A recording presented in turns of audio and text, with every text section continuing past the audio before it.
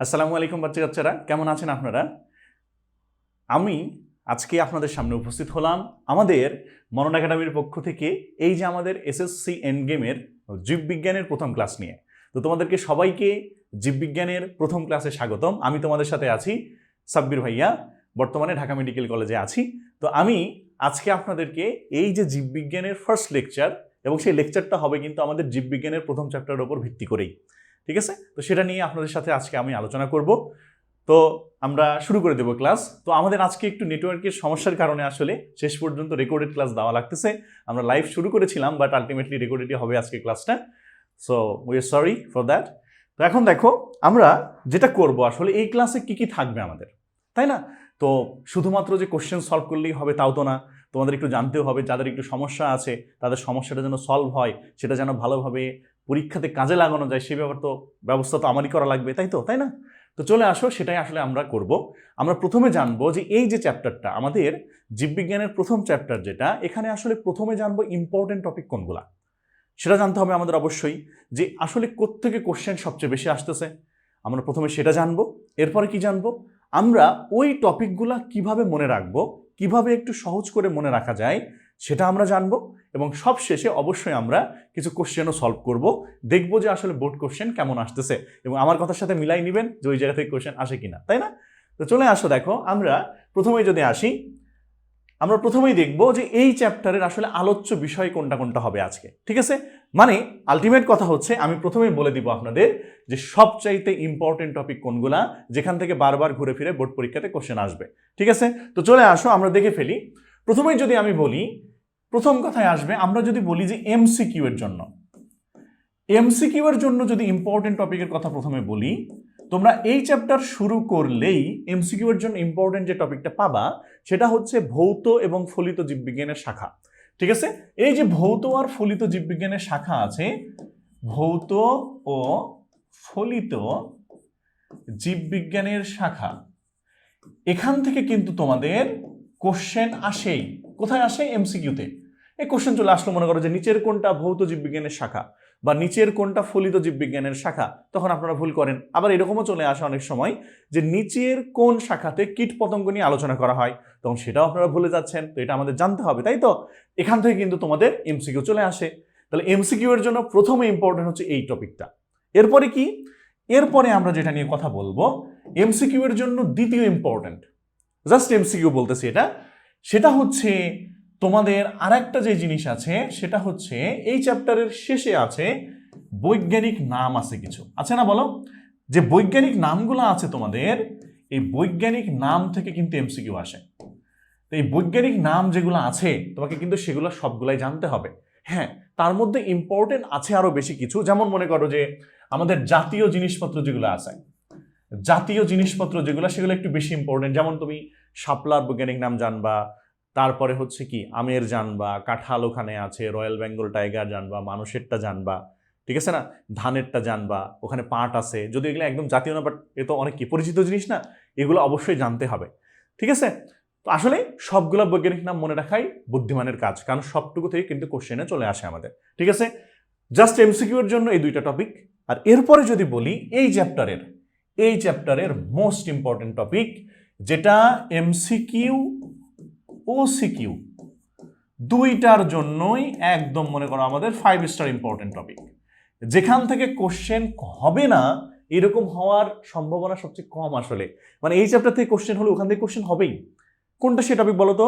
সেই টপিক হচ্ছে আমাদের ওই যে 5টা রাজ্য, তোমাদের যে 5টা রাজ্য আছে, এই 5টা রাজ্য থেকে কিন্তু কোশ্চেন হবে না এটা হইতে পারে না, হবেই কিছু না কিছু কোশ্চেন হবে, হয় রিটেন হবে অথবা এমসিকিউ হবে, ওখান থেকে কোশ্চেন আসার সম্ভাবনা সবচাইতে বেশি, ঠিক আছে না? তো এই যে 5টা রাজ্য, এখান থেকে এমসিকিউ সিকিউ আমাদের দুইটাই খুব সুন্দর করে পড়তে হবে।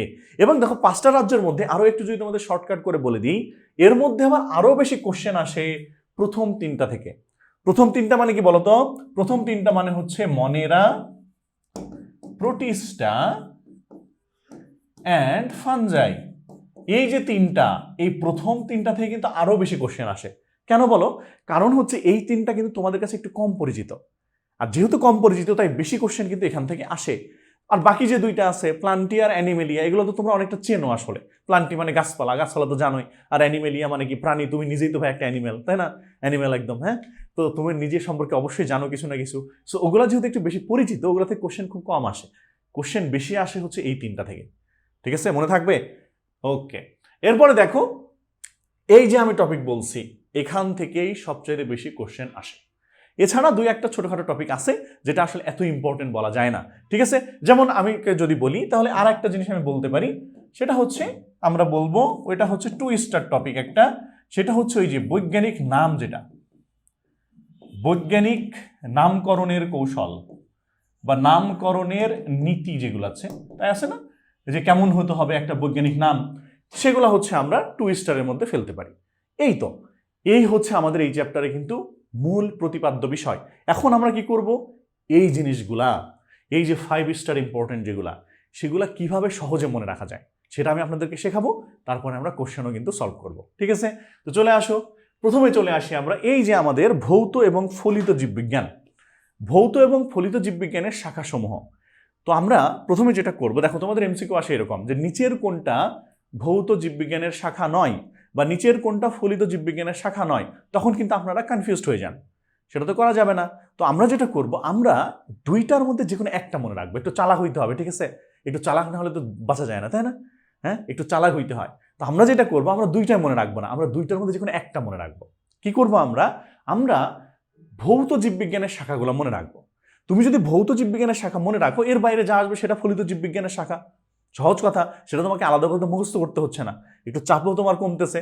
যদিও আসলে ইংরেজির মিনিংগুলো তোমাকে জানতে হবে, ঠিক আছে? ওইটা কিন্তু জানতেই হবে। যেমন দেখো, কীটতত্ত্ব, যার ইংরেজি হচ্ছে এন্টেমোলজি, এটা তো তোমাকে জানতে হবে।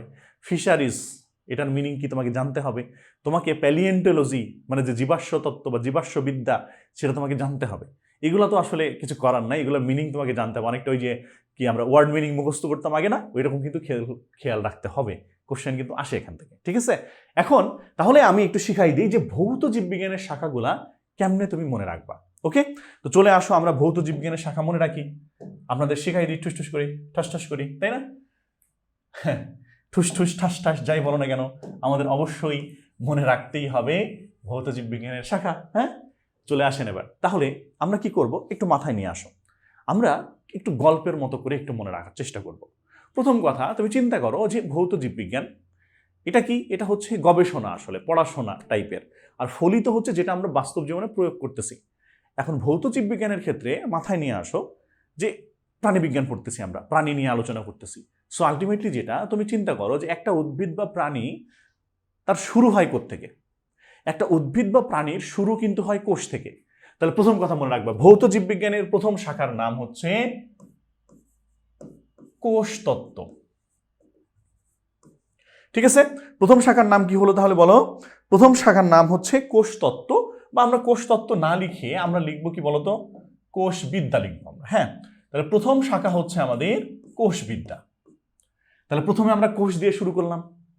এবার চলে আসো কোষের পরে 2 নম্বরে যদি আসি। এবার তুমি চিন্তা করো, কোষবিদ্যা হইল, এবার অনেকগুলা কোষ মিলে কি হয় গো? অনেকগুলা কোষ মিলে হয় টিস্যু। তাই মনে রাখবা 2 নাম্বারটা হচ্ছে টিস্যুবিদ্যা। টিস্যুবিদ্যা, এটাকে আমরা ইংরেজিতে বলি হিস্টোলজি। হিস্টোলজি। তাহলে 2 নাম্বার কি হলো? টিস্যুবিদ্যা হয়ে গেল। এবার চলে আসো 3 নম্বরে আসি আমরা। 3 নাম্বার কি হবে? এবার তুমি চিন্তা করো যে টিস্যু আসলো, এবার অনেকগুলা টিস্যু মিলে কি হয়? অনেকগুলা টিস্যু মিলে কিন্তু মনে রাখবা হয় অঙ্গ।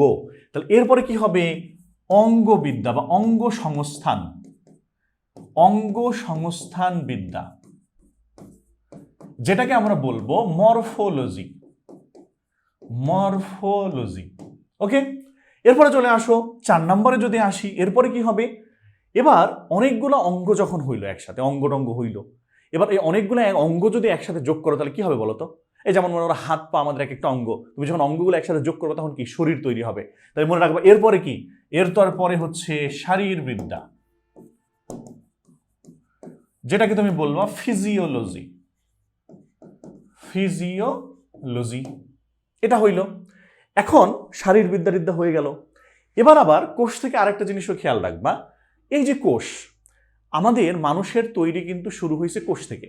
ছোট ছোট দুইটা কোষ ছিল, শুক্রাণু ডিম্বাণু। এই দুইটা কোষ যখন একসাথে মিলিত হয়েছে তখন হয় জাইগোট।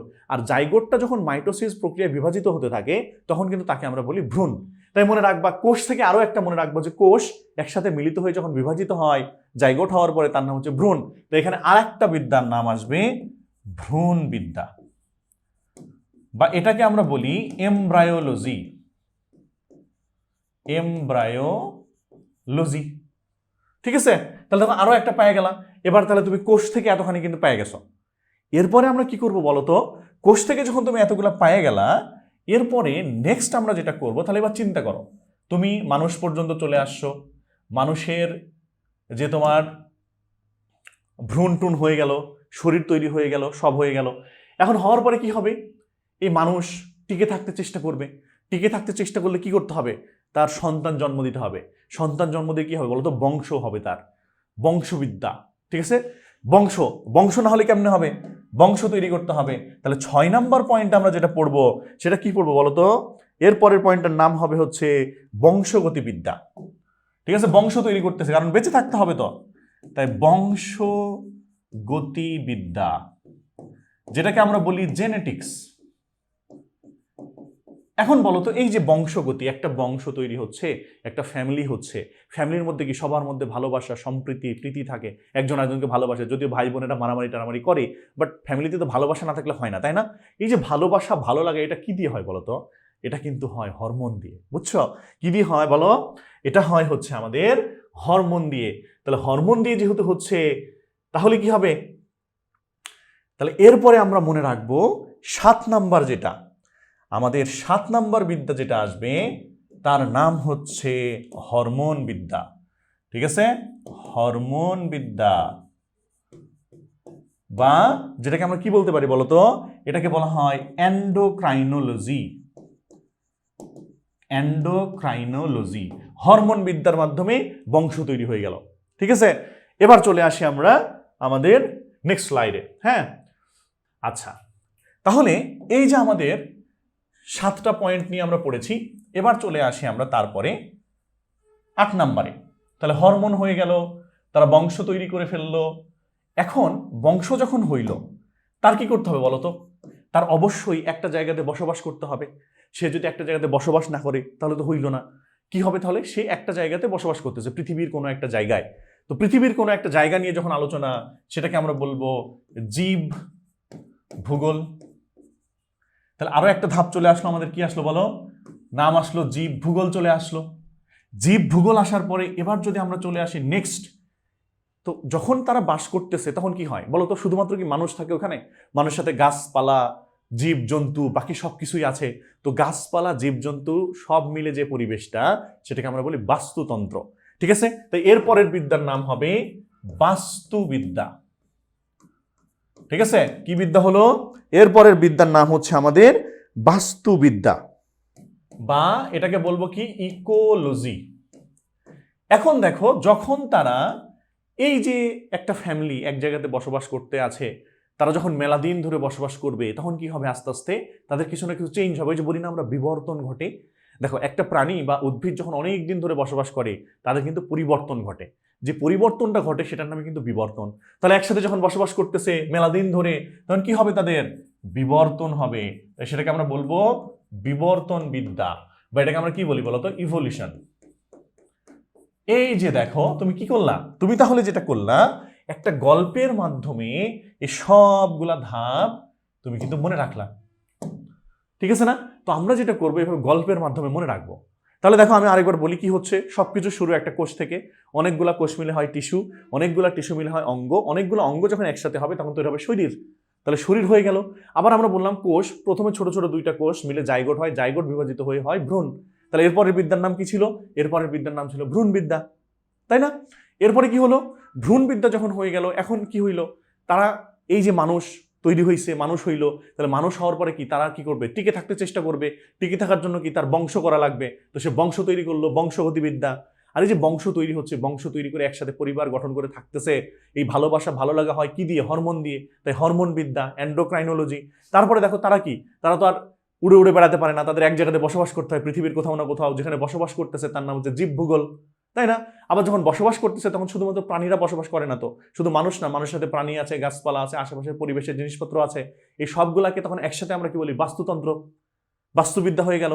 এবং যখন ওরা এইভাবে অনেক দিন বসবাস করবে তখন তাদের কিছু না কিছু পরিবর্তন আসবে, ঠিক আছে না? ওই যে ডারউইন সাহেব বলেছিলেন না যে কি মানুষ একসময় বানর ছিল, বানর থেকে মানুষ হয়েছে, ওই যে অনেক দিন বসবাস করে কি পরিবর্তন আসতেছে, এই পরিবর্তনকে আমরা বলবো বিবর্তন বিদ্যা, ঠিক আছে না? তাহলে এইগুলা হচ্ছে তুমি মনে রাখবা আমাদের ভৌত জীববিজ্ঞানের শাখার মধ্যে এই জিনিসগুলো আমরা এইভাবে মনে রাখবো। তুমি যখন এইভাবে মনে রাখতে পারবা তখন দেখবা সহজ হয়ে যাবে কিন্তু, ঠিক আছে না? তাহলে এবার কিন্তু তুমি ভৌত আর ফলিত জীববিজ্ঞান এই দুইটা পার্থক্য করতে পারবা, যে এটাই ছিল ভৌত, এটা কিন্তু ফলিত না। এবং এটা যখন পারবা তখন দেখবো অনেকটা সহজ হয়ে যাবে। আর তার সাথে আমরা ফলিতর ইংরেজির বাংলাগুলো জানবো, যে অ্যান্টেমোলজি মানে কি, প্যালিওন্টোলজি মানে কি, ফিশারিজ মানে কি বলতেছে, বায়ো ইনফরমেটিক্স মানে কি আসলে, ঠিক আছে? এই জিনিসের মিনিংগুলো কিন্তু আমাদের জানতে হবে। ওকে ওকে, এবার চলে আসি দেখো আমরা সামনের দিকে।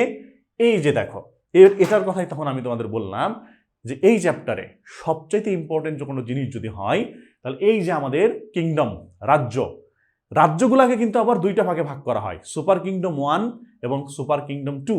তো আমরা এই সুপার কিংডম 1 সুপার কিংডম 2 এই হিসেবে কিন্তু পড়বো, ঠিক আছে? তো প্রথমে চলে আসো, আমরা যদি প্রথমে সুপার কিংডম 1 এর কথা বলি। এই যে সুপার কিংডম 1 আছে, তো সুপার কিংডম 1 এর ক্ষেত্রে কি ব্যাপারটা কি আসলে, কেন এটাকে কিংডম 1 বলতেছি, সুপার কিংডম আর পরেরটা কেন সুপার কিংডম 2?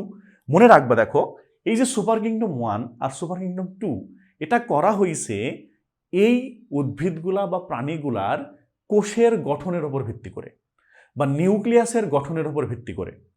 যারা সুপার কিংডম 1 মনে রাখবা এদেরকে বলা, এরা হচ্ছে কি, এরা হচ্ছে আদিকোষী। কি কোষী বলতো? এরা হচ্ছে আদিকোষী, যাকে আমরা বায়োলজির ভাষায় বলি কি বলো? প্রোক্যারিওটিক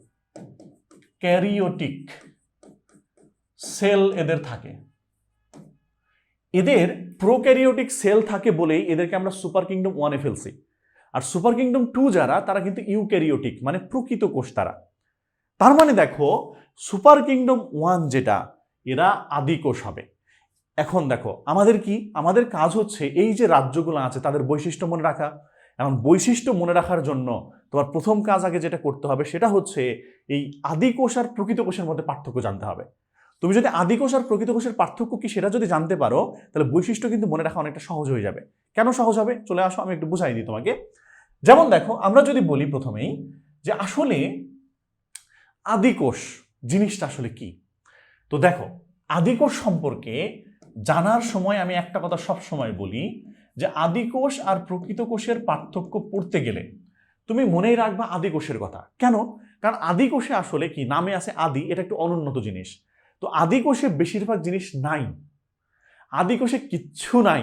জাস্ট মনে রাখবা কি থাকে, দুইটা জিনিস থাকে। কি থাকে আদিকোষে? আদিকোষে শুধুমাত্র দুইটা জিনিস থাকে। কি কি থাকে? একটা হচ্ছে আদিকোষের ডিএনএ থাকে আর রাইবোজোম থাকে। আদিকোষে শুধুমাত্র এই দুইটা জিনিস থাকে, আর কিচ্ছু থাকে না, কিচ্ছু থাকে না। তাহলে তোমাকে যদি বলা হয় যে আদিকোষে এই দুইটা আছে তাহলে প্রকৃত কোষে কি? মনে রাখবা প্রকৃত কোষে সব থাকে। তাহলে প্রকৃত কোষ পড়ার দরকার আছে তোমার? দরকার নাই কিন্তু, কারণ আদিকোষে কি, আদিকোষে শুধু দুইটা আছে, এটাই মনে রাখবা যে দুইটা জিনিস থাকে, ডিএনএ থাকে আর রাইবোজোম থাকে, আর কিচ্ছু নাই। এখন তোমাকে যদি বলা হয় বলো আদিকোষের ক্ষেত্রে কি নিউক্লিয়াসের মেমব্রেন থাকে? থাকবে? নাই। এই যে দেখো আদিকোষের ক্ষেত্রে যেটা হয়, এই যে দেখো মনে করো আমি যদি একটু রাফলি একটা ছবি আঁকি, এই মনে করো এটা হচ্ছে একটা নিউক্লিয়াস, নিউক্লিয়াসের ভেতরে নিউক্লিওলাস থাকে, তার সাথে এরকম ক্রোমোজোম আছে। তো আদিকোষের ক্ষেত্রে যেটা হয়, এই যে নিউক্লিয়াসের চারিদিকের যে মেমব্রেনটা, এই যে মেমব্রেনটা এটা থাকে না, মানে নিউক্লিয়ার মেমব্রেন যেটা, এটা থাকে না তাদের। না থাকার কারণে কি হয়, এই যে দেখো যেহেতু মেমব্রেন নাই, তাকে ধরে রাখার কিছু নাই, তাই নিউক্লিয়াসের ভেতরে যে জিনিসপত্র ছিল এটা পুরা কোষে ছড়াই যায়, মনে করো চারিদিকে ছড়িয়ে ছিটিয়ে পড়ে, পুরা কোষে সে ছড়াই যাবে। এখন পুরা কোষে যদি ছড়াই যায় তাহলে কি, নিউক্লিয়াসের কিন্তু নির্দিষ্ট কোনো জায়গা থাকলো না। এটা হচ্ছে আদিকোষের কিন্তু একটা বৈশিষ্ট্য। তাহলে আদিকোষে কি, আদিকোষে নিউক্লিয়ার মেমব্রেন থাকে না। যেহেতু মেমব্রেন থাকে না তাই নিউক্লিয়াসের ভেতরে যে জিনিসপত্র ছিল তারা চারিদিকে ছড়িয়ে ছিটিয়ে থাকে। ঠিক আছে, তাহলে এই কথাগুলো তোমাকে মনে রাখতে হবে। প্রথম কথা কি, আদিকোষ কেন বললাম? প্রথম কথা, আদিকোষে কিচ্ছু থাকে না, কারণ অনুন্নত। থাকে কি, শুধুমাত্র দুইটা জিনিস, ডিএনএ, রাইবোজোম। আর কি, আদিকোষের নিউক্লিয়াস তো থাকে, বাট নিউক্লিয়াসের মেমব্রেন থাকে না। নিউক্লিয়াসের মেমব্রেন যেহেতু নাই, তাই নিউক্লিয়াসের ভেতরে যে জিনিসপত্র ছিল তারা চারিদিকে ছড়িয়ে ছিটিয়ে থাকে। এতটুকু যদি জানো তাহলেই কিন্তু তোমার ইতোমধ্যে এই প্রথমেই মনেরা যে রাজ্য আছে সেই মনেরা এবং 2 নাম্বার যে প্রোটিস্টা, এই দুইটা রাজ্যেরই কিন্তু অনেক কিছু তোমার ইতোমধ্যে পড়া হয়ে গেছে। কেমন দেখো, চলে আসো। এই যে আমাদের সুপার কিংডম 1, সুপার কিংডম 1-এ কিন্তু পড়ে শুধুমাত্র একটা রাজ্য, জাস্ট একটা। নাম কি বলতো? নাম হচ্ছে মনেরা। এই মনেরা রাজ্য যেটা, এটাই শুধুমাত্র আমাদের সুপার কিংডম 1, এখানেই শুধুমাত্র আদিকোষ দেখা যায়, বাকি সবগুলা কিন্তু প্রকৃত কোষী। ঠিক আছে, তাহলে তুমি যখন মনেরার বৈশিষ্ট্য পড়তে যাবা, তাহলে বলো, তুমি চিন্তা করো তো, মনেরার বৈশিষ্ট্য মানেই কি বলো তো? মনেরার বৈশিষ্ট্য মানে কিন্তু আদিকোষের বৈশিষ্ট্য। আদিকোষে যে বৈশিষ্ট্য ছিল সেটাই মনেরার বৈশিষ্ট্য, তাই না? তাহলে দেখো, মনেরার বৈশিষ্ট্যের কথা যদি বলি, আমি 1 নম্বর বৈশিষ্ট্য তোমাদের শিখাই দিই। 1 নাম্বার, মনে করো আমরা লিখলাম 1 নম্বর বৈশিষ্ট্য, 2 নাম্বার, 3 নাম্বার, 4 নাম্বার। প্রথমে চলে আসো তো, তোমরা আমাকে বলবা প্রথম বৈশিষ্ট্য আমরা কি লিখবো মনেরার? মনেরার প্রথম বৈশিষ্ট্য তুমি কি লিখতে পারো? যে মনেরা রাজ্যের যারা, তাদের কি, তাদের নিউক্লিয়াসের মেমব্রেন নাই। তুমি বলে দিলে একটা, নিউক্লিয়াসের মেমব্রেন নাই, একটা বৈশিষ্ট্য তুমি পেরে গেছো, পারছো না? 2 নম্বরে চলে আসো। 2 নম্বর বৈশিষ্ট্য যদি আসে, কি নাই? মনেরা রাজ্য, আমি কি বলছি, মনেরা কি, মনেরা আর আদিকোষ একই টাইপের হবে। তাহলে মনেরাতে কি বলবা তুমি? যে মনেরাদের শুধুমাত্র রাইবোজোম, রাইবোজোম ও ডিএনএ থাকে, অন্য কোষ অঙ্গাণু থাকে না, থাকে না। এখন তুমি আমাকে বলো তো, মনেরাতে রাইবোজোম আর ডিএনএ আছে। এখন তোমাকে কোশ্চেন করলাম যে বলো তো, মনেরাতে কি প্লাস্টিড আছে? তুমি কি বলবো বলো তো আমাকে? মনেরাতে কি প্লাস্টিড আছে বলো তো? আসলে মনেরাতে তো আমি বলেইছি, মনেরাতে শুধু কি আছে বলো তো? রাইবোজোম আর ডিএনএ আছে, আর কিছু তো নাই। তার মানে কি, মনেরাতে কিন্তু প্লাস্টিড নাই। কি নাই? মনেরাতে প্লাস্টিড নাই। তাহলে এভাবে লিখবো আমরা, মনেরাতে প্লাস্টিড নাই। এখন তুমি আমাকে বলো তো, প্লাস্টিডের কাজ কি? প্লাস্টিড থাকলে একটা উদ্ভিদ কি করতে পারে? প্লাস্টিড থাকলে একটা উদ্ভিদ নিজের খাদ্য নিজে তৈরি করতে পারে, ফটোসিনথেসিস প্রক্রিয়ায় খাদ্য তৈরি করতে পারে। এখন প্লাস্টিড যদি না থাকে, সে কি সেটা পারবে? পারবে না।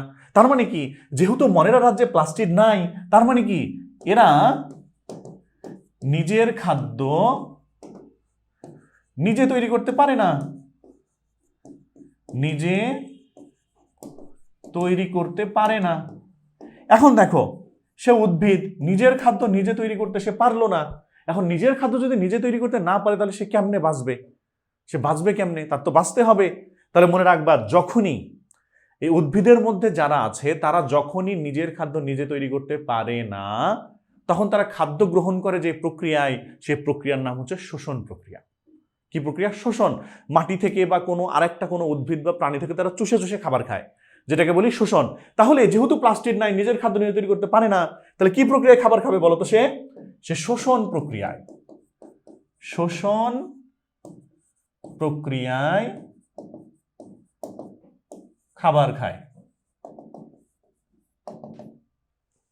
হয়ে গেল, ঠিক আছে না? তাহলে সে শোষণ প্রক্রিয়ায় খাদ্য গ্রহণ করে ফেললো। তাহলে আমরা ইতোমধ্যে কি 3টা, বা তুমি এখানে কিন্তু 4টা পয়েন্টও বানাই ফেলতে পারো। শোষণ প্রক্রিয়ায় খাবার খায়, এটা তুমি মনে করো 4 নম্বর পয়েন্টে দিয়ে দিলাম। 4টা পয়েন্ট হয়ে গেছে। এখন চলে আসো, এরপরে আমরা যেটা পড়বো সেটা হচ্ছে কোষ বিভাজন। এখন কোষ বিভাজনের কথা যদি আমরা চিন্তা করি একটু, বলো তো দেখি, তোমরা তো জানো কোষ বিভাজন কয় প্রকার আছে মোট? এটা কিন্তু জানা উচিত। কোষ বিভাজন কিন্তু আছে কয় প্রকার মোট? কোষ বিভাজন 3 প্রকার। 3 প্রকার। কি কি? 1 নাম্বার হচ্ছে অ্যামাইটোসিস, এরপরে হচ্ছে মাইটোসিস, আর আরেকটা হচ্ছে মিওসিস। অ্যামাইটোসিস, মাইটোসিস আর মিওসিস, ঠিক আছে, এখন এই যে অ্যামাইটোসিস, মাইটোসিস আর মিওসিস, কেন তুমি আমাকে বলতে পারো কেন আপনি আজাইরা আবার এই কোষ বিভাজনের মধ্যে আসলেন? একটা জিনিস পড়তেছিলাম, সেখান থেকে আবার কোষ বিভাজন কেন আসলো? দেখো, এটা আসার কারণ কি? কারণ হচ্ছে এটা দিয়েও তুমি একটা বৈশিষ্ট্য তুমি মনে লিখে ফেলতে পারবা। কি বৈশিষ্ট্য মনে রাখবা? এই যে কোষ বিভাজন 3 প্রকার, এই 3 প্রকারের মধ্যে কিন্তু যেটা অ্যামাইটোসিস, এটা সচরাচর হয় যারা অনুন্নত যারা, তাদের শরীরে দেখা যায় অ্যামাইটোসিস। আর যারা উন্নত তাদের দেখা যায় হচ্ছে এই যে মাইটোসিস আর মিওসিস। উন্নত যারা, তাদের মাইটোসিস আর মিওসিস দেখা যায়। যেমন আমরা মানুষ, আমরা উন্নত, আমাদের শরীরে কিন্তু মাইটোসিস মিওসিস দুইটাই দেখা যায়। ঠিক আছে, এখন তুমি চিন্তা করো, মনেরা রাজ্যের মধ্যে 1 নাম্বার, তার মানে কি মনেরা কিন্তু সবচেয়ে অনুন্নত। 1 নাম্বার দিয়ে শুরু হয়েছে, অনুন্নত দিয়ে কিন্তু শুরু হয়েছে। এই যে এটাই কথাই তো বলতেছিলাম যে মনেরা আদিকোষ মানে অনুন্নত। তাহলে এখন তুমি চিন্তা করে বলো তো, মনেরার যে কোষ বিভাজন হবে এটা কি টাইপের কোষ বিভাজন হবে? অবশ্যই তুমি বলতে পারবা। তাহলে মনেরাতে যে কোষ বিভাজন দেখা যাবে সেটা হচ্ছে অ্যামাইটোসিস কোষ বিভাজন, তাই না বলো? তাহলে মনেরার কোষ বিভাজনটাকে আমরা বলবো অ্যামাইটোসিস কোষ বিভাজন। আর মনে রাখবা, এই অ্যামাইটোসিসের আরেক নাম কিন্তু বলা হয় দ্বিভাজন। ঠিক আছে, কি বলা হবে? অ্যামাইটোসিসের আরেক নাম বলা হবে হচ্ছে দ্বিভাজন। তাহলে এখন একটু খেয়াল করো, আমরা এরপরে যদি চলে আসি, মনেরার পরের বৈশিষ্ট্য যদি লিখি আমরা,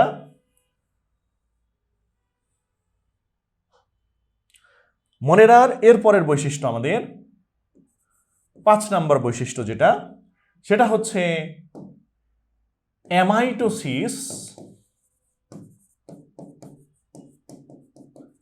বা দ্বিভাজন প্রক্রিয়ায়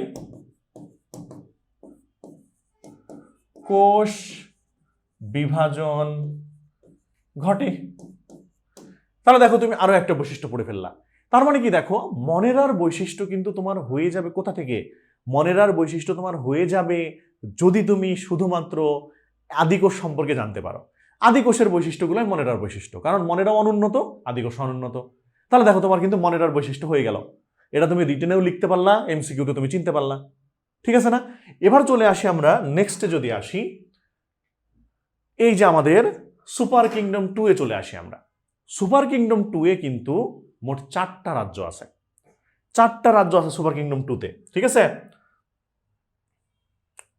আচ্ছা, এখন এই যে আমাদের সুপার কিংডম 2 তে যে 4টা রাজ্য, এই 4টা সম্পর্কে তো আমাদের জানতে হবে অবশ্যই, তাই না? তাহলে আমরা যদি সুপার কিংডম 2 সম্পর্কে জানা শুরু করি, তো প্রথমে খেয়াল করো, সুপার কিংডম 2 তে আমরা আগে লিখে ফেলি, আছে হচ্ছে মোট 4টা, 2 নাম্বার, 3 নাম্বার, 4 নাম্বার আর 5 নাম্বার। এই 5টা রাজ্য আছে। ঠিক আছে, রাজ্য এগুলো সব, রাজ্য 2, রাজ্য 3, রাজ্য 4 আর রাজ্য 5। এই 5টা রাজ্য আছে। এই যে 5টা রাজ্য, তাদের নাম কি কি বলো? আমাদের কিন্তু সিরিয়াল করে মনে রাখার চেষ্টা করতে হবে। সিরিয়াল করে মনে রাখলে তোমার জিনিসগুলো বুঝতে সুবিধা হবে। 2 নাম্বার যেটা, এটার নাম হচ্ছে প্রোটিস্টা। 3 নাম্বারটার নাম হচ্ছে ফানজাই, 4 নাম্বার হচ্ছে প্লান্টি, আর 5 নাম্বারটা হচ্ছে অ্যানিমেলিয়া। ঠিক আছে, এই যে দেখো, এই হচ্ছে 5টা রাজ্য, তার মধ্যে 4টা, 1 নাম্বার তো বলছি আমরা সুপার কিংডম 1 এর মধ্যে শুধুমাত্র একটা রাজ্য মনেরা, আর সুপার কিংডম 2 এর মধ্যে বাকি 4টা রাজ্য, এই 4টাই কিন্তু সুপার কিংডম 2 এর মধ্যে পড়বে।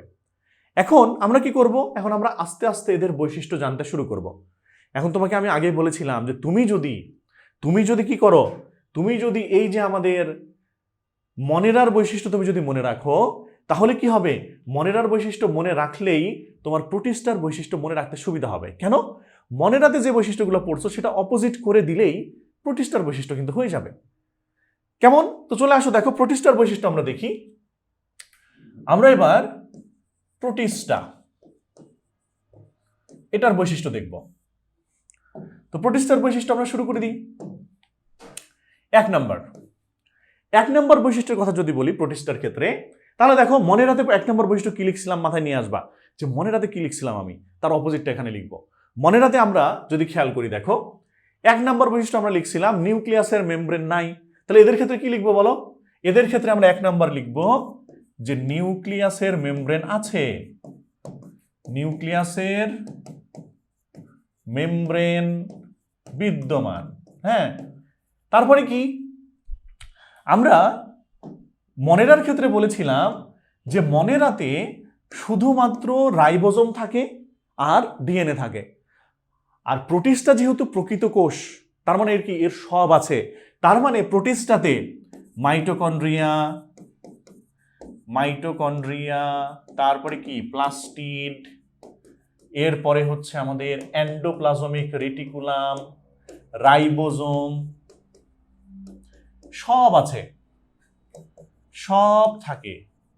এখন তুমি চিন্তা করো এর কি আছে? এর কিন্তু প্লাস্টিড আছে। কি আছে বলো? প্লাস্টিড আছে। তাহলে বলো তো, যদি প্লাস্টিড থাকে তাহলে কি হবে? যখনই প্লাস্টিড থাকবে তখন কি করবে? প্লাস্টিড থাকলেই সে নিজের খাদ্য নিজে তৈরি করতে পারবে। যেহেতু প্লাস্টিড আছে তাহলে সে কি করে? সালোক সংশ্লেষণ প্রক্রিয়ায় খাদ্য তৈরি করে, সালোক সংশ্লেষণ প্রক্রিয়ায় খাদ্য তৈরি করে, তাই না? তাহলে এবার তুমি খেয়াল করো, এবার কি করলো? সে খাদ্য তৈরি করে ফেলছে। এবার যেহেতু সে খাদ্য তৈরি করে ফেলছে, তার তো শোষণ করার দরকার নাই, সে নিজের খাদ্য নিজে তৈরি করলো, করে খায় ফেলতেছে সে। ঠিক আছে না? তাহলে দেখো আরো একটা বৈশিষ্ট্য তুমি পেরে গেলা। এরপরে চিন্তা করো, ওই যে আমি তোমাদের কি করলাম, এত কষ্ট করে কোষ বিভাজন পড়াইলাম, তাহলে এবার আমরা কি করবো? এরপরে আমরা কোষ বিভাজন সম্পর্কে একটা কথা বলে দিই।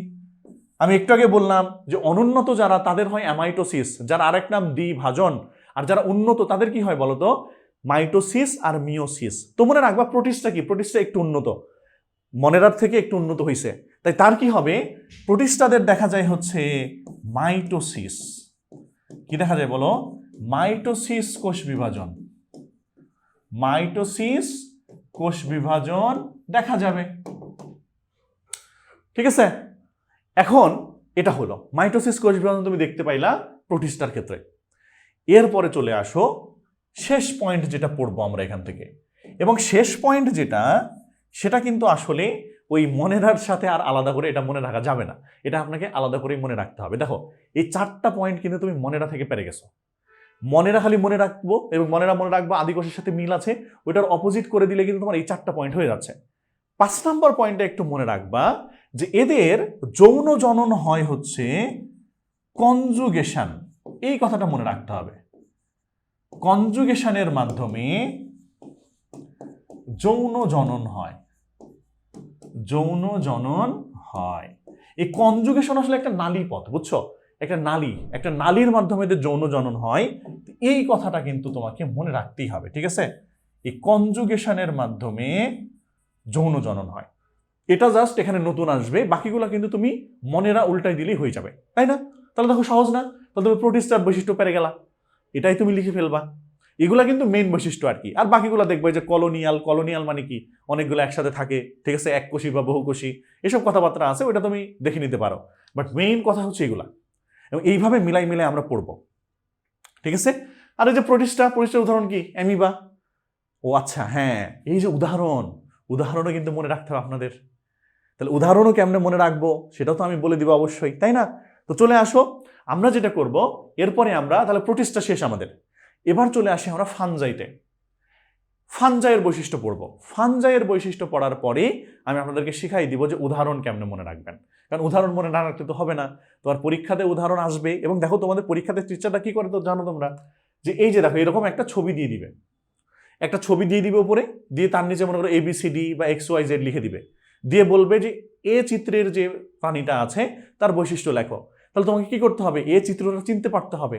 তাহলে যে ছবি এরকম যখন থাকবে, ছবি কিন্তু চিনতে পারতে হবে যে কোনটা কিসের ছবি ছিল। তুমি যদি ছবি চিনতে না পারো তাহলে তো কোশ্চেনে আনসার করতে পারবে না। তাই তোমাদের বইতে যে ছবি দেওয়া আছে প্রতিটা রাজ্যের জন্য, সেই ছবিটাও কিন্তু মাথায় ভালোভাবে গেঁথে নিতে হবে, যেন ওই ছবিটা দেখে তুমি আনসার করতে পারো। ঠিক আছে, এবার চলে আসো, দেখো তাহলে আমরা যদি এবার পরেরটাতে চলে আসি, আমরা বললাম এবার পড়বো আমরা হচ্ছে ফানজাই। ফানজাই, তো দেখো ফানজাই পড়ার সময় আমি সবাইকে একটা কথা বলি, এটা মনে রাখার উপায় একটা, কি মনে রাখবা? দেখো ফানজাই, বানানের শেষে জাই আছে না, এই জাইয়ের সাথে মিল করে মনে রাখবা ফানজাইয়ের নামের শেষে যেহেতু জাই আছে, তাই এটা আমরা পড়ার সময় বারবার এরকম শব্দ পাবো। কেমন পাবো? পাবা হচ্ছে মাই, তারপরে কি পাবো বলো তো, কাই, নাই। এই দেখো নাম এসেছিল যাই, যাই থেকে মনে রাখবে এখানে থাকে মাই কাই নাই, ঠিক আছে, যাই মাই কাই নাই, ঠিক আছে, এরকম নাম যাই মাই কাই নাই এরকম শব্দ চলে আসবে এখানে। কি কেন আমি লিখলাম এটা বলো তো? তো চলে আসো দেখো কেন লিখছি, এবার আমরা প্রমাণ পেয়ে যাই যে কেন এইসব যাই মাই কাই নাই বলতেছে ভাইয়া। তো দেখো এই যে যাইয়ের সাথে মিলে বলছি মাই, মাই মানে কি প্রথমে মনে রাখবো ফানজাই যারা এদের মাইসেলিয়াম থাকে, মাইসেলিয়াম, এই যে মাইতে মনে রাখবো মাইসেলিয়াম নামক সূত্রক দিয়ে এদের দেহ গঠিত হয়। এই দেখো প্রথমে মাই পেয়ে গেলা, মায়ের পরে এবার কি হবে বলতো, 2 নাম্বার পয়েন্টে যদি আসি আমরা, কাই বলছি। এই যে কাই মানে কি এদের আবরণ, এদের শরীরে কাইটিন, কাইটিন নামক আবরণ থাকে, বুঝছো? তাহলে কাইতে পেয়ে গেল তুমি কাইটিন, তাহলে কাইটিন আবরণ চলে আসলো। এবং দেখো এই যে কাইটিনটা আছে না, কাইটিনের কথা বললাম, এই যে আজকে বললাম, এরপর থেকে প্রতিদিন কাইটিনের কথা একবার করে মনে করবা। কেন? কারণ কাইটিনটা এত বেশি ইম্পর্টেন্ট, এত বেশি কোশ্চেনে আসে বলে শেষ করা যাবে না। তোমার বোর্ড পরীক্ষাতে আসে এটা কোশ্চেন, তুমি যখন ইন্টারমিডিয়েটে যাবা ইন্টারমিডিয়েট এখান থেকে কোশ্চেন আসে, তুমি যখন ইন্টারমিডিয়েটের বোর্ড পরীক্ষা দিবা সেখানে কোশ্চেন আসে, তুমি যখন অ্যাডমিশন পরীক্ষা দিবা সেখানেও এখান থেকে কোশ্চেন আসে, এবং মেডিকেল পরীক্ষাতেও এই কাইটিন কথাটা কোশ্চেনে আসছে যে কাইটিন আবরণ কাদের দেখা যায়, বুঝছো? তাহলে অবশ্যই কাইটিনটা মনে রাখবো। তাহলে ফানজাই যারা এদের কাইটিন নামে একটা আবরণ দেখা যাচ্ছে। এরপরে চলে আসো দেখো কাইটিন যখন দেখলাম আমরা, এরপরে 3 নাম্বার পয়েন্টে চলে আসি। এবার কি আমি লিখছি নাই। তুমি একটু চিন্তা করে দেখো তো ফানজাই যারা এদের উদাহরণটা আসলে কি, তোমার যদি এটা উদাহরণ মনে রাখো তাহলে নাই না মনে রাখলে তুমি বুঝতে পারবা। তুমি চিন্তা করো ফানজাই, ফানজাই মানে কি? ফানজাই মানে আমরা কিন্তু জানি মাশরুম, ওই যে ব্যাঙের ছাতা যেটা বলি না, এই দেখো এখানে একটা ছবি নিয়ে আসছি। তুমি একটু চিন্তা করো যে ব্যাঙের ছাতার মতো যে জিনিসটা, এটার কালার কেমন হয় বলতো? অবশ্যই সেটা সাদা টাইপের হয় না, দেখবো এটা দেখতে সাদার মতো হয়, বা একটু বাদামি টাইপের হতে পারে। এটা কি কখনো সবুজ হয় বলতো? সবুজ কিন্তু হয় না। তাহলে বলো এটা যদি সাদা হয় বা একটু বাদামি টাইপের হয়, তার মানে এদের কি নাই বলতো? তার মানে এদের ক্লোরোপ্লাস্ট নাই বা প্লাস্টিড নাই। যদি প্লাস্টিড বা ক্লোরোপ্লাস্ট থাকতো তাহলে কি হইতো? সবুজ কালার হইতো। তাহলে আমরা কি লিখবো বলো? এই যে নাই, নাই থেকে লিখবো এদের ক্লোরোপ্লাস্ট নাই, ক্লোরোপ্লাস্ট থাকে না। এখন এখানে বলে ফেলো, যখনই তুমি জানলা যে এর কোনো ক্লোরোপ্লাস্ট নাই, ক্লোরোপ্লাস্ট নাই মানে কি? সে তাহলে কি করতে পারবে না? নিজের খাদ্য নিজে তৈরি করতে পারবে না।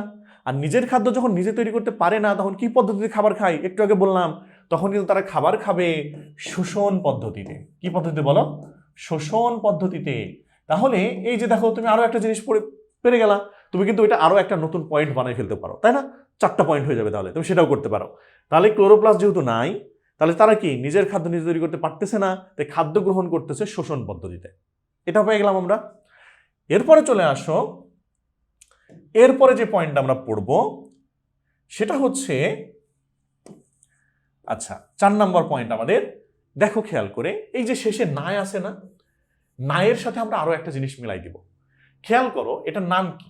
ফানজাই। ফানজাই বানানে প্রথমে ফান আছে না, তো কি করবা? এই ফানের সাথে এই নাই মিলাই দিবা। তার মানে কি দেখো এভাবে মনে রাখবা যে ফানজাইতে ফান নাই, মানে ফানজাই যে রাজ্যটা, এটার কি নাই? এটার ফান নাই। ফান মানে কি? মজা। এটাতে কোনো মজা নাই। কেন মজা নাই বলো তো? আসলে মজা করতে কি, মজা করতে কিন্তু মানুষ লাগে, একা একা কিন্তু মজা হয় না, বুঝছো? মজা করতে মানুষ লাগে। তাহলে যেহেতু এটার নামে আছে ফান নাই, তার মানে তার মজা নাই, তার মানে কি? সে একা একা থাকে। এই একা একা থেকে মনে রাখবা ফানজাই যারা এরা কি করে বলতো? হ্যাপ্লয়েড, হ্যাপ্লয়েড স্পোর দিয়ে জনন করে, ঠিক আছে? এই যে দেখো, তাহলে হ্যাপ্লয়েড মানে কি? হ্যাপ্লয়েড আমরা বলতে এন বোঝাই, আর এন মানে কি? সিঙ্গেল, একা। তাহলে মনে রাখবা যেহেতু ফানজাইতে ফান নাই, তার মানে সে একা একা হ্যাপ্লয়েড স্পোর দিয়ে জনন করতেছে। এই যে দেখো আমি যে 4টা পয়েন্ট লিখলাম না, এটাই হচ্ছে ফানজাইয়ের মেইন পয়েন্ট। অন্য কিছু কথাবার্তা 2-1টা থাকতেই পারে, বাট তোমাকে লিখতে হবে এই 4টা। তুমি যদি লেখো তাহলে ফুল মার্ক পাই যাবে ইনশাল্লাহ, ঠিক আছে না? তাহলে এইভাবে মনে রাখবো। তাহলে দেখো এই যে প্রথম তিনটা রাজ্য, কিভাবে মনে রাখতে হয় সেটা কিন্তু আমি বলে দিছি, এবং এইভাবেই মনে রাখার চেষ্টা করবেন। ঠিক আছে, তুমি যখন এইভাবে মনে রাখবা তাহলে একটু সহজে মনে থাকবে। ঠিক আছে, একটু মিলাই পড়বা, একটার সাথে আরেকটা রিলেট করে পড়বা। যখনই রিলেট করে পড়বা পড়াটা কিন্তু লং টার্ম ব্রেনে থেকে যায়। আর তুমি যখন খালি আজাইরা মুখস্থ করো, চোখ বন্ধ করে খালি বলে যাচ্ছ ফানজাই মাইসেলিয়াম ফানজাই কাইটিন, এই খালি বলে যাচ্ছ, চোখ বন্ধ করে খালি হ্যাঁ করে পড়ে যাচ্ছ, দেখবা ওই তখন পড়ছো একটু পরে আবার ভুলে গেছো। তো একটু রিলেট করে পড়বো আমরা। যখনই রিলেট করে পড়া শিখবা দেখবা লং টার্ম মাথায় থাকবে, সেটা পরীক্ষাতে গিয়ে ভালো করতে পারবা। ঠিক আছে না? ওকে, তাহলে আমরা ফানজাইয়ের বৈশিষ্ট্য পড়ে ফেলেছি। এবার চলে আসো, দেখো 3টা রাজ্য পড়ে ফেলেছি, এবং আমি তোমাদের বলেছিলাম যে এই 3টা কিন্তু সবচেয়ে বেশি ইম্পর্টেন্ট, কারণ কোশ্চেন আসেই হচ্ছে এই 3টা থেকে, মেইনলি আসে 3টা থেকেই। ঠিক আছে না? তো আমিও কিন্তু আসলে এই 3টাই সবচেয়ে ভালো করে তোমাদের পড়াবো। বাকি যে 2টা আছে প্ল্যান্টি এবং অ্যানিমেলিয়া, সেটা সম্পর্কে কিছু কথাবার্তা বলবো যেগুলো পড়তে তোমাদের কনফিউশন হয়, বাট মেইনলি পড়তে হবে আমাদের এই 3টা। এখন কি করব আমরা, ওই যে 3টা পড়লাম, আমরা প্ল্যান্টি এবং অ্যানিমেলিয়া এই 2টার উদাহরণ তো জানি, গাছপালার উদাহরণ জানি, প্রাণীর উদাহরণ আমরা জানি, তো ওই 2টার উদাহরণ তো আমাদের আলাদা করে মুখস্থ করার দরকার নাই। উদাহরণ মনে রাখতে হবে কোনগুলার বলো তো? উদাহরণ মনে রাখতে হবে প্রথম 3টার, মনেরা, প্রোটিস্টা, ফানজাই। তাহলে এই 3টার উদাহরণ কেমনে মনে রাখবেন, চলে আসেন আমি শিখাই দিই। ঠিক আছে, আমি একটা নিয়ম বলে দিব, আজ থেকে এই নিয়ম দিয়ে উদাহরণ মনে রাখবা। ঠিক আছে, এভাবে লিখবা। আচ্ছা, আমরা মনে রাখবো এভাবে, লিখে রাখবা যে মেনে নিবা। তুমি মনে করো কাউকে বলতেছো, তুমি কি মানবা, মেনে নিবা, মাই পেনটা ফানি। ঠিক আছে, তুমি বলতেছো যে মেনে নিবা মাই পেনটা ফানি, মানে আমার কলমটা খুব ফানি, আমার কলম খুব ফান করে। ঠিক আছে, তারপরে বলতেছো আমি প্রো সে প্যারাডাই। ঠিক আছে, দেয়কে আমরা লিখলাম দেয়। ঠিক আছে, তাহলে এভাবে পড়বা, মেনে নিবা। তা তুমি বলতেছো মেনে নিবা, তুমি কি মানবা যে আমার একটা কলম আছে সে খুব ফানি। আমি প্রো, ওই যে বলে না, দেখবা আজকাল তোমরা তো পোলাপান, তোমরা তো বাচ্চা পোলাপান বেশি ইউজ করো, প্রো মানে বলে না যে প্রো, সে প্রো ফটোগ্রাফার, প্রফেশনাল বলতে প্রো বলে আজকাল, প্রো গেমার। হ্যাঁ, তো মনে করো আমি খুব প্রো, বাট সে আমাকে প্যারা দেয়। ওই যে বলো না যে আমাকে কি প্যারা দিচ্ছে। হ্যাঁ, তোমাদের তো কত প্যারা আজকাল, কার প্যারা, কে কেন তোমাদের জ্বালাই খুব বেশি। হ্যাঁ, আমরা তো কিছু বলবো না। হ্যাঁ, কত প্যারা তোমাদের, সেই প্যারা। আর দেয়টাকে আমরা একটু সাজিয়ে ড্যাই লিখছি। ঠিক আছে, ড্যাই লিখছি কেন সেটা বলবো। ঠিক আছে, তাহলে আমরা এটা বলবো, মেনে নিবা মাই পেনটা ফানি, আমি প্রো সে প্যারা দেয় আমাকে। ঠিক আছে, তাহলে মেনে নিবা মাই পেনটা ফানি, আমি প্রো সে প্যারা দেয়। ঠিক আছে, প্যারা দিচ্ছে তোমাকে খুব। হ্যাঁ, তো আমরা এভাবে একটু মনে রাখবো। এবং দেখো আমি কিন্তু সবসময় পড়ানোর সময় বলি কি করতে হবে, অবশ্যই যেগুলা ইম্পর্টেন্ট জিনিস সেগুলো কমপক্ষে 3বার বলতে হবে। কয়বার? 3বার বলতে হবে। ইম্পর্টেন্ট জিনিস 3বার বলতে হবে। যেমন দেখবা বিয়ের সময় কবুলও 3বার, আবার তালাকও 3বার। তালাক যদি বিয়ের সময় না, পরে আর কি। ঠিক আছে, তো ইম্পর্টেন্ট জিনিস কমপক্ষে 3বার বলবা, তাহলে অবশ্যই মনে থাকবে। ঠিক আছে, আচ্ছা এবার দেখো, তাহলে এবার আমরা দেখি তাহলে এটার মানে কি হচ্ছে, কোনটা দিয়ে কি মনে রাখতেছি আমরা। আচ্ছা, তো মেনেতে প্রথমে মনে রাখবা, এটাতে আমরা মনে রাখতেছি হচ্ছে মনেরা। মনের রাজ্যের উদাহরণ কি হবে, নিতে হবে হচ্ছে নীলাভ, সবুজ শৈবাল। আর এটা মনে রাখো, নীলাভ সবুজ শৈবালের আরেক নাম কিন্তু সায়ানোব্যাকটেরিয়া। ঠিক আছে, এই নীলাভ সবুজ শৈবালের আরেক নাম হচ্ছে সায়ানোব্যাকটেরিয়া, মনে রাখতে হবে। আর এই যে বা আছে, বাতে মনে রাখবেন আপনারা ব্যাকটেরিয়া। এই যে দেখো, এই 2টা হচ্ছে আমাদের মনের রাজ্য, যেটা সেটার উদাহরণ। এই 2টা ছবি কিন্তু আমি নিয়ে আসছিলাম। ঠিক আছে, তোমাদেরকে যদি দেখাই, দেখো ছবি আমি রেখেছিলাম, এই যে দেখো, এই যে এটা হচ্ছে ব্যাকটেরিয়া আর এটা হচ্ছে সায়ানোব্যাকটেরিয়া। এই 2টা কিন্তু মনেরার মধ্যে পড়ে। ওকে, আচ্ছা এবার চলে আসো, আবার আমরা ফিরে আসি সেই নেমোনিকে, যেটা দিয়ে আপনাদেরকে মনে রাখাচ্ছি। এবার চলে আসো 2 নম্বরে যদি আসি আমরা, মাই পেনটা ফানি। এ মাই, দেখো ফানি প্রথমে দেখি, ফানি মানে কি, ফানিতে আমরা পড়তেছি ফানজাই যে রাজ্য আছে সেটার জন্য কি কি মনে রাখবো। মাতে প্রথমে মনে রাখবা মাশরুম। ইতে কি, ইতে হচ্ছে ইস্ট, মাশরুম এরপরে ইস্ট। এই যে পেনটা আছে এখানে মনে রাখবা পেনিসিলিয়াম। পেনিসিলিয়াম নামে কিন্তু একটা ছত্রাক আছে, তারা সবাই ফানজাইয়ের মধ্যে পড়বে। তাহলে এটা গেল আমাদের ফানজাই। এবার চলে আসো সবশেষে যেটা আছে আমাদের, সেটা হচ্ছে আমাদের এই যে আমাদের প্রোটিস্টা। এই যে প্রো আছে, প্রোতে পড়বা হচ্ছে প্রোটিস্টা। প্রোটিস্টার উদাহরণ কি কি হবে? আমিতে পড়বা অ্যামিবা, আমিতে হচ্ছে অ্যামিবা, সেতে পড়বা হচ্ছে শৈবাল, এককোষী বা বহুকোষী শৈবাল সেটা হতে পারে। প্যারাতে হচ্ছে প্যারামেসিয়াম, প্যারামেসিয়াম। আর ডাইটে পড়বা হচ্ছে ডায়াটম। এই যে ডায়াটম আছে না, ডায়াটমটাও কিন্তু আসলে একটা শৈবাল, বুঝছো? শৈবালের মধ্যে ডায়াটম পড়ে, তারপরেও আমি এখানে আলাদা করে দিছি, কারণ তোমরা এখানে পড়ে যাবা শৈবাল, অপশনে ডায়াটম আসলে তখন দেখা যাচ্ছে পারতেছো না, তাহলে তো বিপদ। তাই আমি ডায়াটমটা কিন্তু তোমাদের এখানে আলাদা করে দিয়ে দিয়েছি, ঠিক আছে? তাহলে আমরা এইভাবে মনে রাখবো। তুমি যদি এটা মনে রাখো, উদাহরণও তোমার মনে থাকবে, উদাহরণ ভুল হবে না ইনশাল্লাহ, ঠিক আছে? তাহলে আমি আরেকবার বলে দিই, কি মনে রাখবো আমরা? মেনে নিবা মাই পেন্টাফানি, আমি প্রো, সে প্যারা দেয়, ঠিক আছে? এটাই মনে রাখবো আমরা। তাহলে দেখো আমাদের কি হলো, উদাহরণও কিন্তু হয়ে গেল। এবং দেখো এই যে বাকিগুলোরও ছবি কিন্তু আমি নিয়ে আসছি তোমাদের।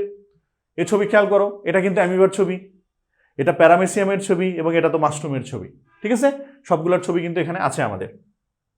ওকে, তাহলে আমরা এটা পড়লাম, উদাহরণ পড়ে ফেলেছি আমরা। এবার আমরা জানবো একটু শ্রেণীবিন্যাসের ধারণা সম্পর্কে কিছু কথাবার্তা আমরা জানবো। জানার পরে কিন্তু আমরা কোশ্চেন সলভ করতে চলে যাব, ঠিক আছে? কারণ দেখো এই চ্যাপ্টারের সবচাইতে ইম্পর্টেন্ট যে জিনিসগুলো ছিল সেটা কিন্তু আমি তোমাদের বলে দিছি, ঠিক আছে? আচ্ছা, শ্রেণীবিন্যাসের ধারণাতে আসার আগে আমরা আরেকটা যেটা করব সেটা হচ্ছে, এই যে আমরা তোমাদের যে জিনিসটা আমি বলি নাই আসলে, সেটা আমি একটু আলোচনা করে দিই। সেটা হচ্ছে প্ল্যান্টি আর অ্যানিমেলিয়া, যে দুইটা বাকি আছে আমাদের, ওইটা সম্পর্কে কতটুকু জানবো আমরা, বা আসলে কতটুকু জানা দরকার, আর কেন আমি ওটা নিয়ে এত বেশি আলোচনা করতেছি না, ঠিক আছে না? তো চলে আসো, দেখো আমরা একটু জানি যে প্ল্যান্টি সম্পর্কে কি জানবো আমরা। মনে করো আমরা যদি এখানে প্ল্যান্টির কথা লিখি, এখানে আমরা প্ল্যান্টি নিয়ে লিখবো, আর এই পাশে আমরা মনে করো লিখলাম হচ্ছে, এই পাশে আমরা অ্যানিমেলিয়া নিয়ে লিখবো, ঠিক আছে? ওকে, এটা প্ল্যান্টি হলো, আর এই পাশে হচ্ছে আমাদের অ্যানিমেলিয়া। তো প্রথম কথা, এই দুটোর উদাহরণ তোমরা জানো, উদাহরণ নিয়ে তো আর কিছু বলার দরকার নাই আমাদের, উদাহরণ আপনারা সবাই জানেন, তাই তো? আচ্ছা, এখন খেয়াল করো, দেখো এই যে প্ল্যান্টি আর অ্যানিমেলিয়া আছে, এখান থেকে কি কি জানবো আমরা, কতটুকু জানবো?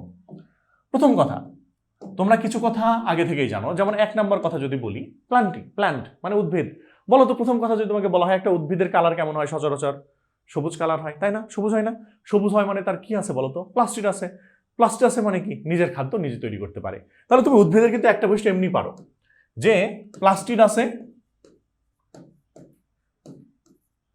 তাই নিজের খাদ্য নিজে তৈরি করে,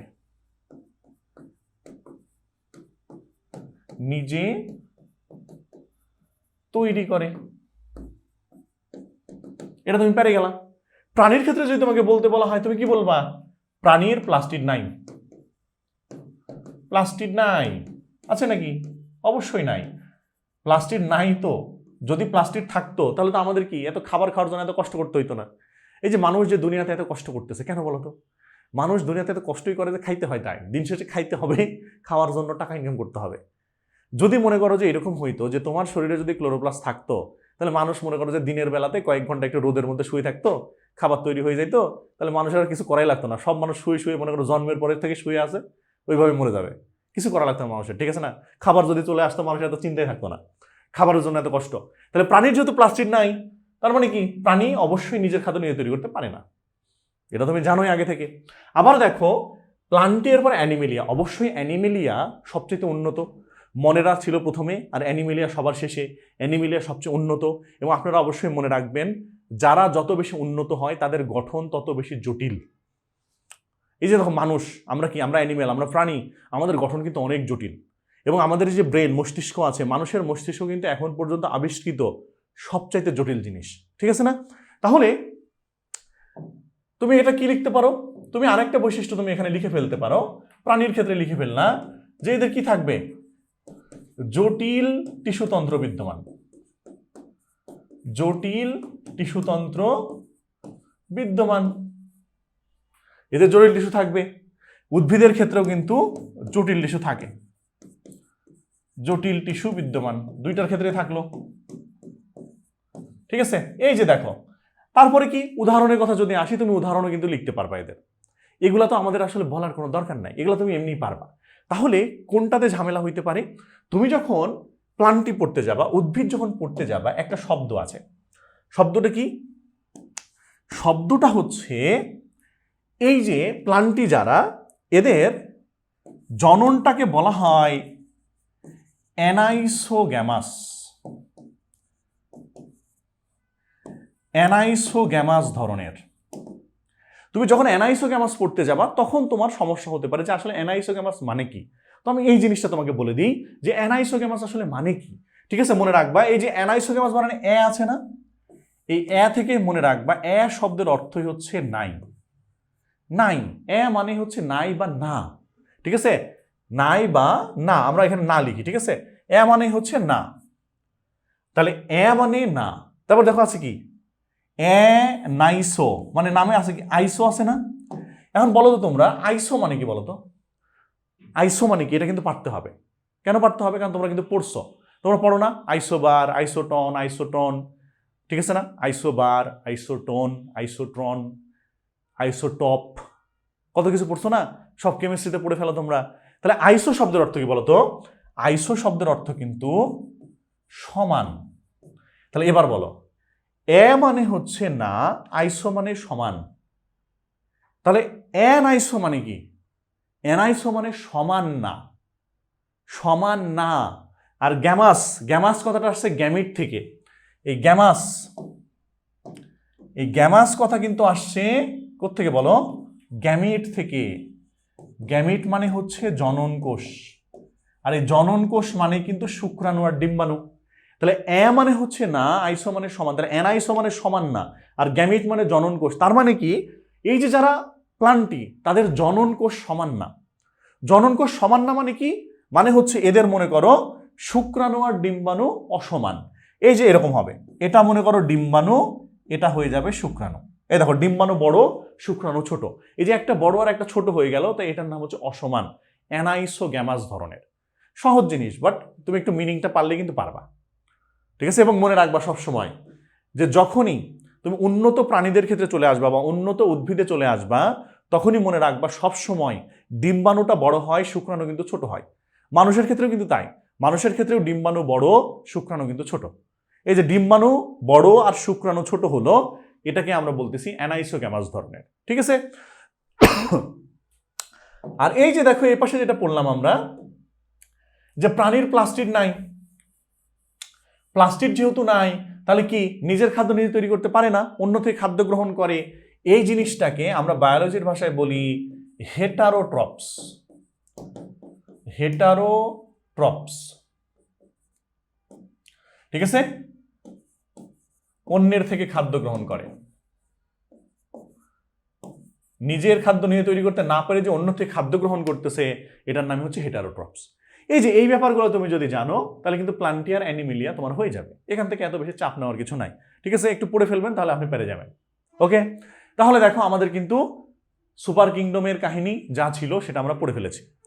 এবার আমরা চলে আসি আমাদের নেক্সট স্লাইডে, শ্রেণীবিন্যাসের ধারণা। তো শ্রেণীবিন্যাসের ধারণা থেকে আসলে বেশি কিছু না, এগুলো বেশিরভাগই তোমরা ইতিমধ্যে জানো, বাট আমি একটু জাস্ট তোমাদের ব্রেন রিফ্রেশ করে দিই আসলে কোনগুলো আমাদের জানতে হবে।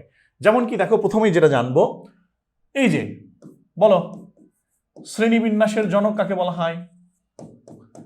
তোমরা জানো সবাই, শ্রেণীবিন্যাসের জনক হচ্ছে একজনের নামে আসে, নাম হচ্ছে ক্যারোলাস লিনিয়াস, তাই না?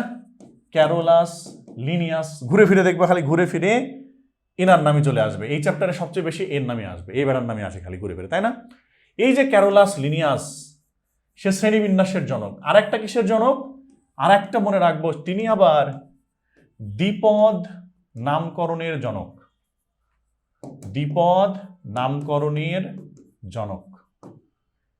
তো এই যে তিনি দ্বিপদ নামকরণ করছে, দ্বিপদ নামকরণ মানে কি? যেমন দেখো, তুমি জানো যে মানুষের নাম হচ্ছে হোমো স্যাপিয়েন্স, এই যে হোমো স্যাপিয়েন্স, প্রথমেরটার নাম হয় এটা হচ্ছে গণ, আর এর পরেরটা হচ্ছে প্রজাতি। এই যে একটা গণ আর একটা প্রজাতি, দুইটা পদ আছে, তাই এটাকে দ্বিপদ নামকরণ বলা হয়। তো এই দ্বিপদ নামকরণের জনকও ক্যারোলাস লিনিয়াস, এবং এই ক্যারোলাস লিনিয়াস এই দ্বিপদ নামকরণ সম্পর্কে তিনি একটা বইয়ে লিখেছেন। একটা বইয়ে এই দ্বিপদ নামকরণ সম্পর্কে লিখছেন। সে বইটার নাম কি? বইটার নাম হচ্ছে স্পিসিস প্ল্যান্টারাম। ঠিক আছে, এই বইয়ের নামটা আমাদের জানতে হবে। এটা কিন্তু ক্যারোলাস লিনিয়াসের লেখা। স্পিসিস প্ল্যান্টারাম নামে একটা বইতে তিনি দ্বিপদ নামকরণ সম্পর্কে আলোচনা করেছেন। ঠিক আছে, তাহলে এটা আমরা জানলাম, দ্বিপদ নামকরণ কে করলো, জনক মনক কে, সেটা আমরা জানলাম। এখন দেখো এই যে শ্রেণীবিন্যাস, শ্রেণীবিন্যাস আসলে শ্রেণীবিন্যাসের ধাপ কয়টা? তোমরা এটা হয়তো বা ছোট থেকে শিখছো, তবে আমি বলে দিই, শ্রেণীবিন্যাসের ধাপ কিন্তু 7টা, এবং সেটা কিন্তু আপনাকে একটু সিরিয়াল করে মনে রাখতে হবে। এবং আমি দেখো ছোটকাল থেকে, এটা কোনো সিরিয়ালের ইয়া না, তুমি সবগুলোর প্রথম অক্ষর মনে রাখলে কিন্তু হয়ে যায়। কি কি বলো তো? কে, পি, সি ও, এফ, জি, এস। কে, পি, সি ও, এফ, জি, এস, এটা দিয়ে মনে রাখো। কে মানে কি? কে মানে হচ্ছে আমাদের কিংডম। প্রথমে চলে আসো, কে মানে হচ্ছে আমাদের কিংডম, বা যাকে আমরা বলি রাজ্য। ঠিক আছে, কিংডম বা রাজ্য। পিতে হচ্ছে ফাইলাম, ফাইলাম বা যাকে আমরা বাংলাতে বলি পর্ব। সিতে হচ্ছে ক্লাস, এটাকে আমরা বাংলাতে বলি শ্রেণী। ওতে হচ্ছে অর্ডার, অর্ডার মানে হচ্ছে বর্গ। এফতে হচ্ছে ফ্যামিলি, ফ্যামিলি মানে হচ্ছে গোত্র। জিতে হচ্ছে জেনাস, জেনাস মানে হচ্ছে গণ। আর এসতে হচ্ছে স্পিসিস, স্পিসিস মানে হচ্ছে প্রজাতি। এই যে এই 7টা হচ্ছে আমাদের শ্রেণীবিন্যাসের ধাপ। এই শ্রেণীবিন্যাসের 7টা ধাপের নাম কিন্তু আমাদের জানতে হবে। আমরা একটু সিরিয়াল করে মনে রাখার চেষ্টা করব। ঠিক আছে, সিরিয়াল করে আমরা মনে রাখব। এখন দেখো, কখনো যদি বলা হয় যে শ্রেণীবিন্যাসের এই যে ধাপ, এক একটা আলাদা ধাপকে কি বলা হয়? মনে রাখবা, এই শ্রেণীবিন্যাসে একটা আলাদা ধাপ, মনে করো রাজ্য অথবা পর্ব অথবা শ্রেণী, এই এক একটা আলাদা ধাপকে কিন্তু বলা হয় ট্যাক্সন। এটা মনে রাখবো, শ্রেণীবিন্যাসের এক একটা আলাদা ধাপকে আমরা বলি ট্যাক্সন। এই যে শ্রেণী পর্ব বা একটা আলাদা আলাদা করে যদি বলো, সেটার নাম হচ্ছে ট্যাক্সন বলা হবে। আর এই যে প্রজাতি আছে, মনে রাখবা, কখনো যদি কোশ্চেন করে যে শ্রেণীবিন্যাসের একক বলা হয় কোনটাকে, শ্রেণীবিন্যাসের একক বলা হয় কোনটাকে, তাহলে মনে রাখবা এই যে প্রজাতিকে বলা হয় শ্রেণীবিন্যাসের ভিত্তি বা একক। শ্রেণীবিন্যাসের ভিত্তি বা একক কিন্তু বলা হয় প্রজাতি। দেখো, সব সময় একক হয় হচ্ছে সবচেয়ে ছোট যেটা, সেটা। এবং তুমি যদি এই শ্রেণীবিন্যাসের যে 7টা ধাপ আছে, 7টা ধাপ খেয়াল করো, এর মধ্যে কিন্তু সবচেয়ে ছোট ধাপ কিন্তু স্পিসিস বা প্রজাতি। তো প্রজাতি যেহেতু সবচেয়ে ছোট, তাই প্রজাতিটাই কি হবে? এটাই হচ্ছে শ্রেণীবিন্যাসের ভিত্তি। ঠিক আছে, মনে থাকবে? ওকে ওকে, তাহলে দেখো, আমরা কিন্তু এই চ্যাপ্টার থেকে গুরুত্বপূর্ণ যে জিনিসপত্রগুলো ছিল, সেগুলো কিন্তু আমি আপনাদেরকে পড়িয়ে দিয়েছি। তো আপনাদের কাজ কি থাকবে এক্সট্রা? সেটা হচ্ছে ওই যে বৈজ্ঞানিক নাম শেষে যেগুলো আছে না, 15টার মতো মনে হয় বৈজ্ঞানিক নাম আছে তোমাদের বইতে শেষে, ওই 15টা নামই কিন্তু তোমাকে বসে বসে মুখস্থ করতে হবে, কারণ ওখান থেকে কি কোশ্চেন কিন্তু আসবে। ওকে, তাহলে এবার চলে আসো, আমরা কোশ্চেন সলভ করতে চলে আসি। ঠিক আছে, চলে আসো, কোশ্চেন সলভ করবো আমরা। দেখি আমরা যে এই চ্যাপ্টার থেকে আসলে কোশ্চেন কেমন আসছে, কি কি কোশ্চেন আসছে আসলে। তো দেখো, এমসিকিউ সলভ করি প্রথমে। আমরা প্রথমে এমসিকিউ সলভ করব, তারপর আমরা সিকিউ সলভ করব। ঠিক আছে, প্রথম কোশ্চেন কি আসছে দেখো। প্রথম কোশ্চেন আসছে হচ্ছে ওষুধ শিল্প। ওষুধ শিল্প ও প্রযুক্তি বিষয়ক বিজ্ঞান কোনটা? এই যে দেখো, নামে কি আছে? ওষুধ শিল্প আছে না? ওষুধ শিল্প খেয়াল করো। প্রযুক্তি দেখে আবার মাথা খারাপ করার দরকার নাই। ওষুধ শিল্প যখনই শুনবা, তখনই মনে রাখবা সেটা হয়ে যাবে ফার্মেসি। ঠিক আছে না? ফার্মেসি নামটা তো তোমরা এমনি শুনছোই, শুনছো না ফার্মেসি নাম? ওই যে কি, আমরা ওষুধের যে কোনো দোকানকেই তো ফার্মেসি বলি। তাই মনে রাখবা, ওষুধের কথা আসছে মানে কি হবে? ফার্মেসি হবে। কোনটি মনেরা রাজ্যের অন্তর্গত? মনেরা, ওই দেখো উদাহরণ চলে আসছে, দেখছো? উদাহরণ মনে রাখাইলাম কেমনি? তাহলে মনেরার অন্তর্গত কোনটা হবে বলতো? ব্যাকটেরিয়া। ওই যে মেনে নিবা, এই নিবার ব, ব্যাকটেরিয়া, এটার আনসার হবে ব্যাকটেরিয়া। এরপরে চলে আসো, নিচের কোন জীবটিতে ক্রোমাটিন বস্তু সাইটোপ্লাজমে ছড়ানো থাকে? তুমি চিন্তা করো, সাইটোপ্লাজমে ছড়ানো থাকবে কাদের ক্ষেত্রে? আমি একটু আগে বলছি যারা আদিকোষ, আদিকোষের কি, আদিকোষের এই যে নিউক্লিয়াসের আবরণ, যেটা বাইরের আবরণ, এই আবরণটা থাকে না। আর আবরণ যখন থাকতেছে না, এই আবরণ যখন থাকতেছে না তখন কি হবে? এই যে ভেতরের যে ক্রোমোজোমগুলো আছে, এই ক্রোমোজোম কি চারিদিকে ছড়াই ছিটাই যাবে। ওটাই বলতেছে যে কোন জীবটাতে ক্রোমাটিন বস্তু সাইটোপ্লাজমে ছড়ানো থাকবে। তার মানে কাদের ক্ষেত্রে এটা হবে? আদিকোষী কারা? মনেরা। তাহলে মনেরার উদাহরণ এখানেও আনসার হবে। তাহলে মনের উদাহরণ কোনটা বলতো এখানে? ওই যে মেনে নিবা, নি, নীলাভ সবুজ শৈবাল। ঠিক আছে, দেখছো? তোমাকে মিলাই মিলাই পড়তে হবে কিন্তু। এটা প্রথম বৈশিষ্ট্যই ছিল যে যারাই আদিকোষী বা মনেরার ক্ষেত্রে কি হবে? ক্রোমাটিন বস্তু সাইটোপ্লাজমে ছড়ানো থাকবে, কারণ তাদের নিউক্লিয়াসের মেমব্রেন থাকে না। এবার দেখো, জীবদেহে হরমোন নিয়ে আলোচনা করা হয় কোন শাখায়?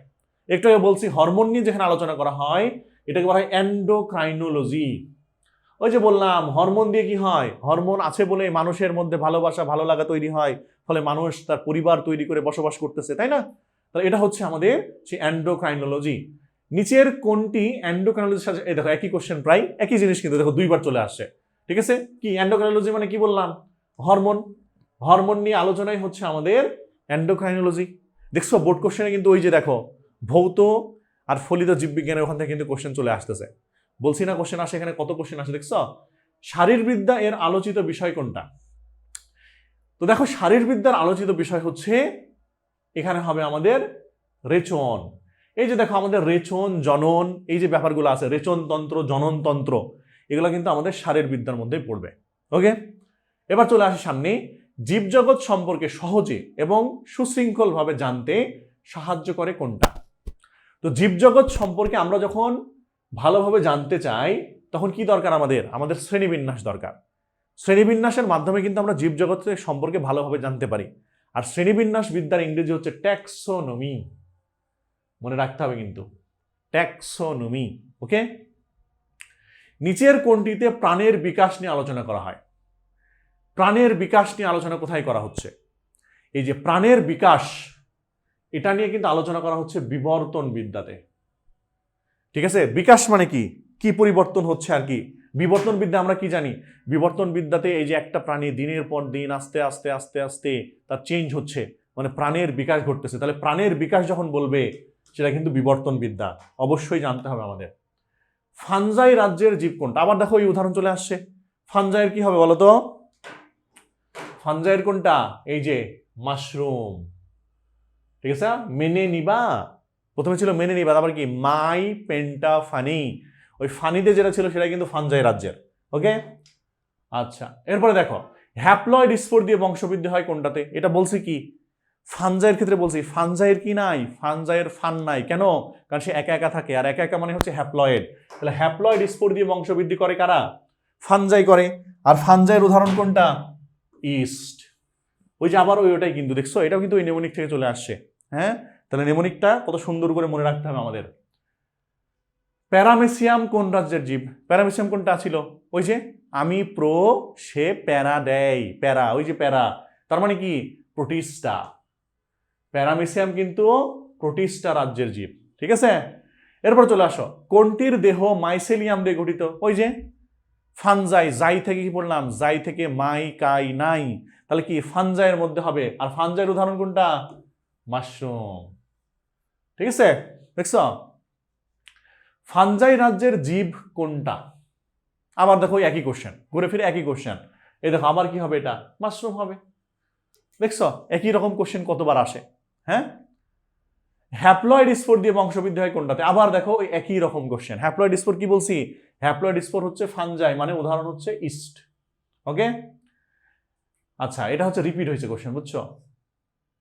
প্যারামেসিয়াম কোনটা? এটাও একটু আগে বললাম, প্রোটিস্টা। আচ্ছা এরপরে দেখো, কোনটির দেহ মাইসেলিয়াম দিয়ে গঠিত? এটাও আমাদের রিপিট হয়েছে কোশ্চেন। এই যে প্রোটিস্টা রাজ্যের জীবের ক্ষেত্রে প্রজননের পদ্ধতি কোনটা? তাহলে প্রোটিস্টা রাজ্যে কিন্তু আমি বলছি তোমাদের যে প্রতিষ্ঠা রাজ্যে প্রজনন হয় কি দিয়ে, একটা বলছিলাম কি বলতো, ওই যে কনজুগেশন, কনজুগেশনের মাধ্যমে এদের যৌন জনন হয়, আর এদের কোষ বিভাজন হয় কি বলো, মাইটোসিস, মাইটোসিসের মাধ্যমে কিন্তু এদের অযৌন জনন হয়। তাহলে এটার উদাহরণ উত্তর কিন্তু হবে 1 আর 2, ঠিক আছে, মাথায় রাখতে হবে। এরপর চলে আসে, দেখো ফানজাই সম্পর্কে সঠিক তথ্য হলো কোনটা। ফানজাই তথ্য দেখো, আমরা বলছি প্রথমটা অবশ্যই সঠিক, কেন, কারণ এদের কি ফানজাই, আমরা বলছি কালার হচ্ছে সাদা, তার মানে ক্লোরোপ্লাস্ট নাই, তাহলে অবশ্যই তারা শোষণ পদ্ধতিতে খাদ্য গ্রহণ করবে। এরপর দেখো এই যে ক্লোরোপ্লাস্ট অনুপস্থিত, এটাও ঠিক আছে। হ্যাপ্লয়েড স্পোর দিয়ে বংশবৃদ্ধি ঘটে, এটাও ঠিক আছে। ওই যে বললাম ফানজাইয়ের কি নাই, ফানজাইতে ফান নাই, ঠিক আছে, নো ফান অ্যাট অল, ঠিক আছে, কোনো ফানই নাই তার মধ্যে। পেঁপে গাছ সম্পর্কে প্রযোজ্য কোনটা? পেঁপে গাছ মানে কি? পেঁপে গাছ মানে কিন্তু এটা প্ল্যান্টি, উদ্ভিদের মধ্যে চলে আসছে। এরা হেটারোট্রফিক। হেটারোট্রফিক কি হবে? হেটারোট্রফিক মানে যারা নিজের খাদ্য নিজে তৈরি করতে পারে না, প্রাণীরা হচ্ছে হেটারোট্রফিক, এরা কিন্তু হবে না। তাহলে দেখো তুমি যদি খালি জানো যে এরা হেটারোট্রফিক, এটা হবে না, তাহলে বাকি দুটো তুমি কিন্তু চোখ বন্ধ করে 2-3 মেরে দিতে পারো, ঠিক আছে, তারপরে ওইভাবে মারা উচিত না, তুমি দেখবা। তাহলে এই যে জনন পথে অ্যানাইসোগ্যামাস, এটা পড়াইছি, আর এরা হচ্ছে আর্কিগোনিয়েট, ঠিক আছে, আর্কিগোনিয়েট টাইপের হবে এরা, ওকে। আচ্ছা, প্রোটিস্টা রাজ্যের জীবের ক্ষেত্রে প্রজননের পদ্ধতি কোনটা? আবার দেখো চলে আসছে, এটা কি হবে, এই যে 1 আর 2,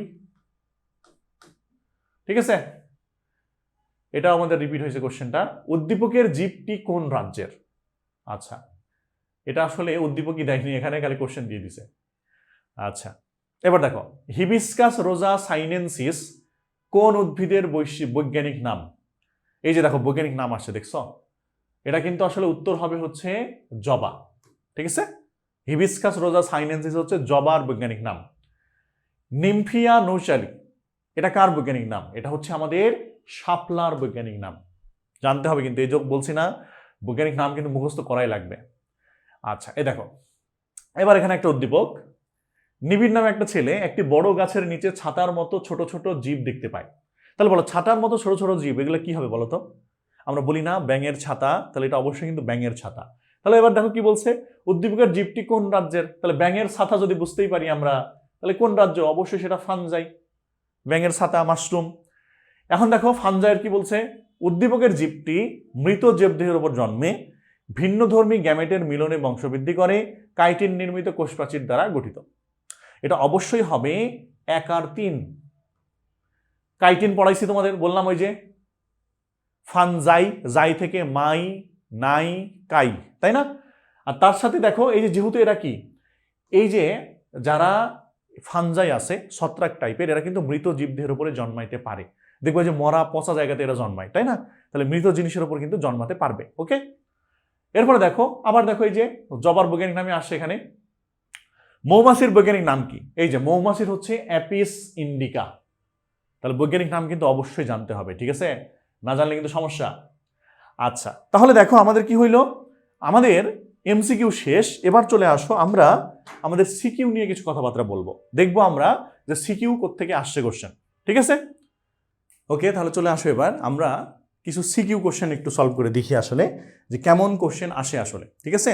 তো দেখো এই যে আমরা যদি প্রথম কোশ্চেনটা দেখি একটু, প্রথম কোশ্চেন দিকে খেয়াল করো, দেখো আমি এই যে বললাম যেখান থেকে কোশ্চেন আসে তোমাদের সবচেয়ে বেশি, এই যে সেই রাজ্যগুলো থেকে কিন্তু কোশ্চেন চলে আসছে, ঠিক আছে না?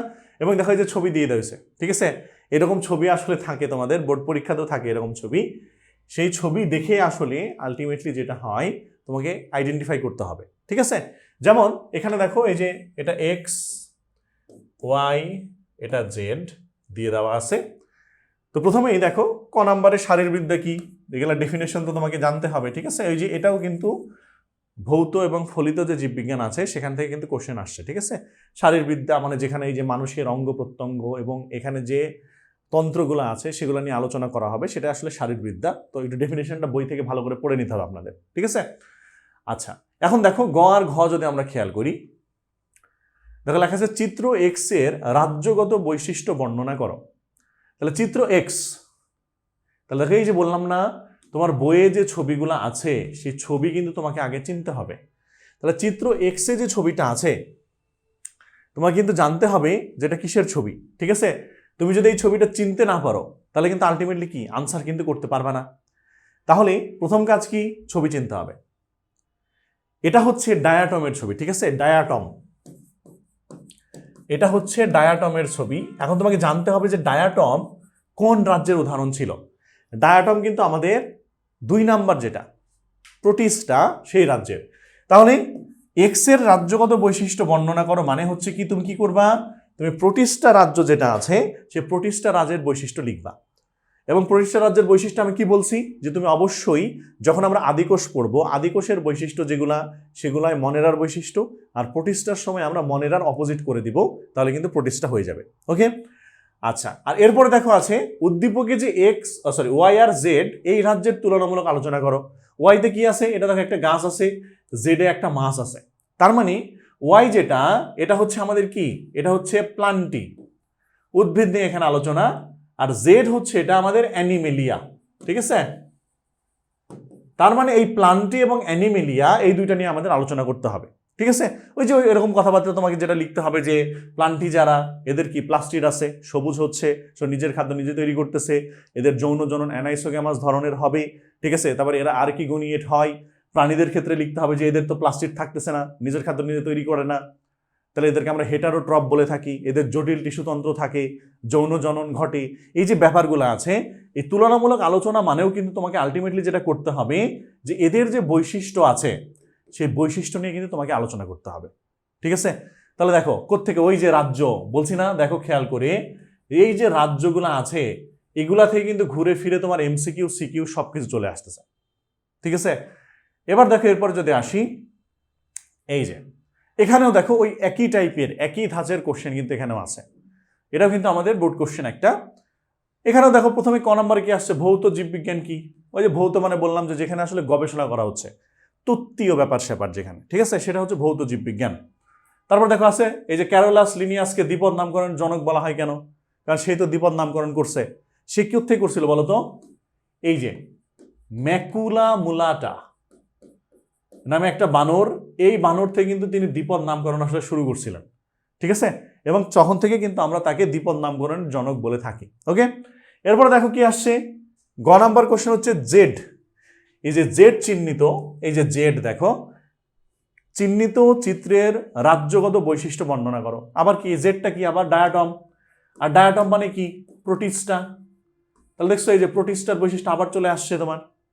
এরপরে দেখো ঘ নম্বরে কি আসছে, উদ্দীপকে এক্স এবং ওয়াই এটার মধ্যে অধিক উন্নত কোনটা।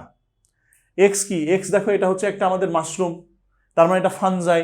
ওয়াই হচ্ছে এটা কি, এটা কিন্তু নীলাভ সবুজ শৈবাল, ঠিক আছে, নীলাভ সবুজ শৈবাল। তাহলে তুমি অবশ্যই জানো যে নীলাভ সবুজ শৈবালটা হচ্ছে মনেরার অন্তর্ভুক্ত। আর এই যে আমাদের এটা যেটা মাশরুম, এটা কিসের, এটা হচ্ছে ফানজাইয়ের অন্তর্ভুক্ত। তাহলে অবশ্যই কি হবে, যেটা ফানজাই সেটা অবশ্যই মনেরার থেকে উন্নত হবে, ঠিক আছে না। এই যে অধিক উন্নত কোনটা তুমি লিখবা এবং তখন বৈশিষ্ট্য লিখতে হবে, আলটিমেটলি বৈশিষ্ট্য লিখবা, লিখে বর্ণনা করে দিবা যে এই দুটার মধ্যে এটা উন্নত। এবং দেখো একটা কথা বলে রাখি, চেষ্টা করবা যদি পারো, ছবি তো উপরে আছে, তারপরেও কি করবা, খাতার মধ্যে একটা ছবি আঁকার চেষ্টা করবা। ছবি আঁকলে যেটা হয় স্যাররা একটু বেশি পছন্দ করেন, তো ছবি আঁকার একটু প্র্যাকটিস করবেন। একটু এঁকে দিয়ে চলে আসলো ছবি, ঠিক আছে, সময় যদি থাকে আর কি, সময় নষ্ট করার দরকার নেই যে ছবিতে এত সময় নষ্ট করলা যে পরে আর কোনো কিছু লিখতে পারলাম না, সেটা না। যদি সময় থাকে তাহলে একটু ছবি এঁকে দিয়ে আসবা। চেষ্টা করবা গ নাম্বার এবং ঘ নাম্বারে একটু ছবি আঁকার। তুমি যদি ছবি আঁকো তাহলে কিন্তু মার্ক ভালো পাওয়ার মানে সম্ভাবনা বেশি থাকে, ঠিক আছে। তো আমরা কি করবো, একটু হ্যাক সেটা, ঠিক আছে, যে আমরা বায়োলজিতে ছবি আঁকার চেষ্টা করব। এত বেশি ভালো না হইলেও আমরা ছবি আঁকার চেষ্টা করব। খালি যে বইয়ের মতো এত সুন্দর হতে হবে তাও না, বাট মোটামুটি টাইপের একটু যদি সুন্দর করে একটু বুঝাই দিয়ে আসতে পারো সেই চেষ্টা কিন্তু আমরা করব, ঠিক আছে, অবশ্যই। আচ্ছা, এরপরে দেখো আবার দেখো একটা ফ্লোচার্টের মতো আসছে, কোত্থেকে আসছে, এটাও কোত্থেকে বলো তো, ওই যে একই কাহিনী, সেই যে রাজ্য দেখছো, তোমার যে সিকিউগুলো আসতেছে সবগুলা সিকিউ এই রাজ্যের ওই কাহিনী থেকে আসতেছে। কি আসে প্রথমেই, মনেরা প্রোটিস্টা। তাহলে এটা কি হবে, পিতে কি হবে বলো তো, মনেরা, প্রোটিস্টার পরে কে, ফানজাই, তারপরে প্লান্টি, এরপরে হচ্ছে আমাদের অ্যানিমেলিয়া।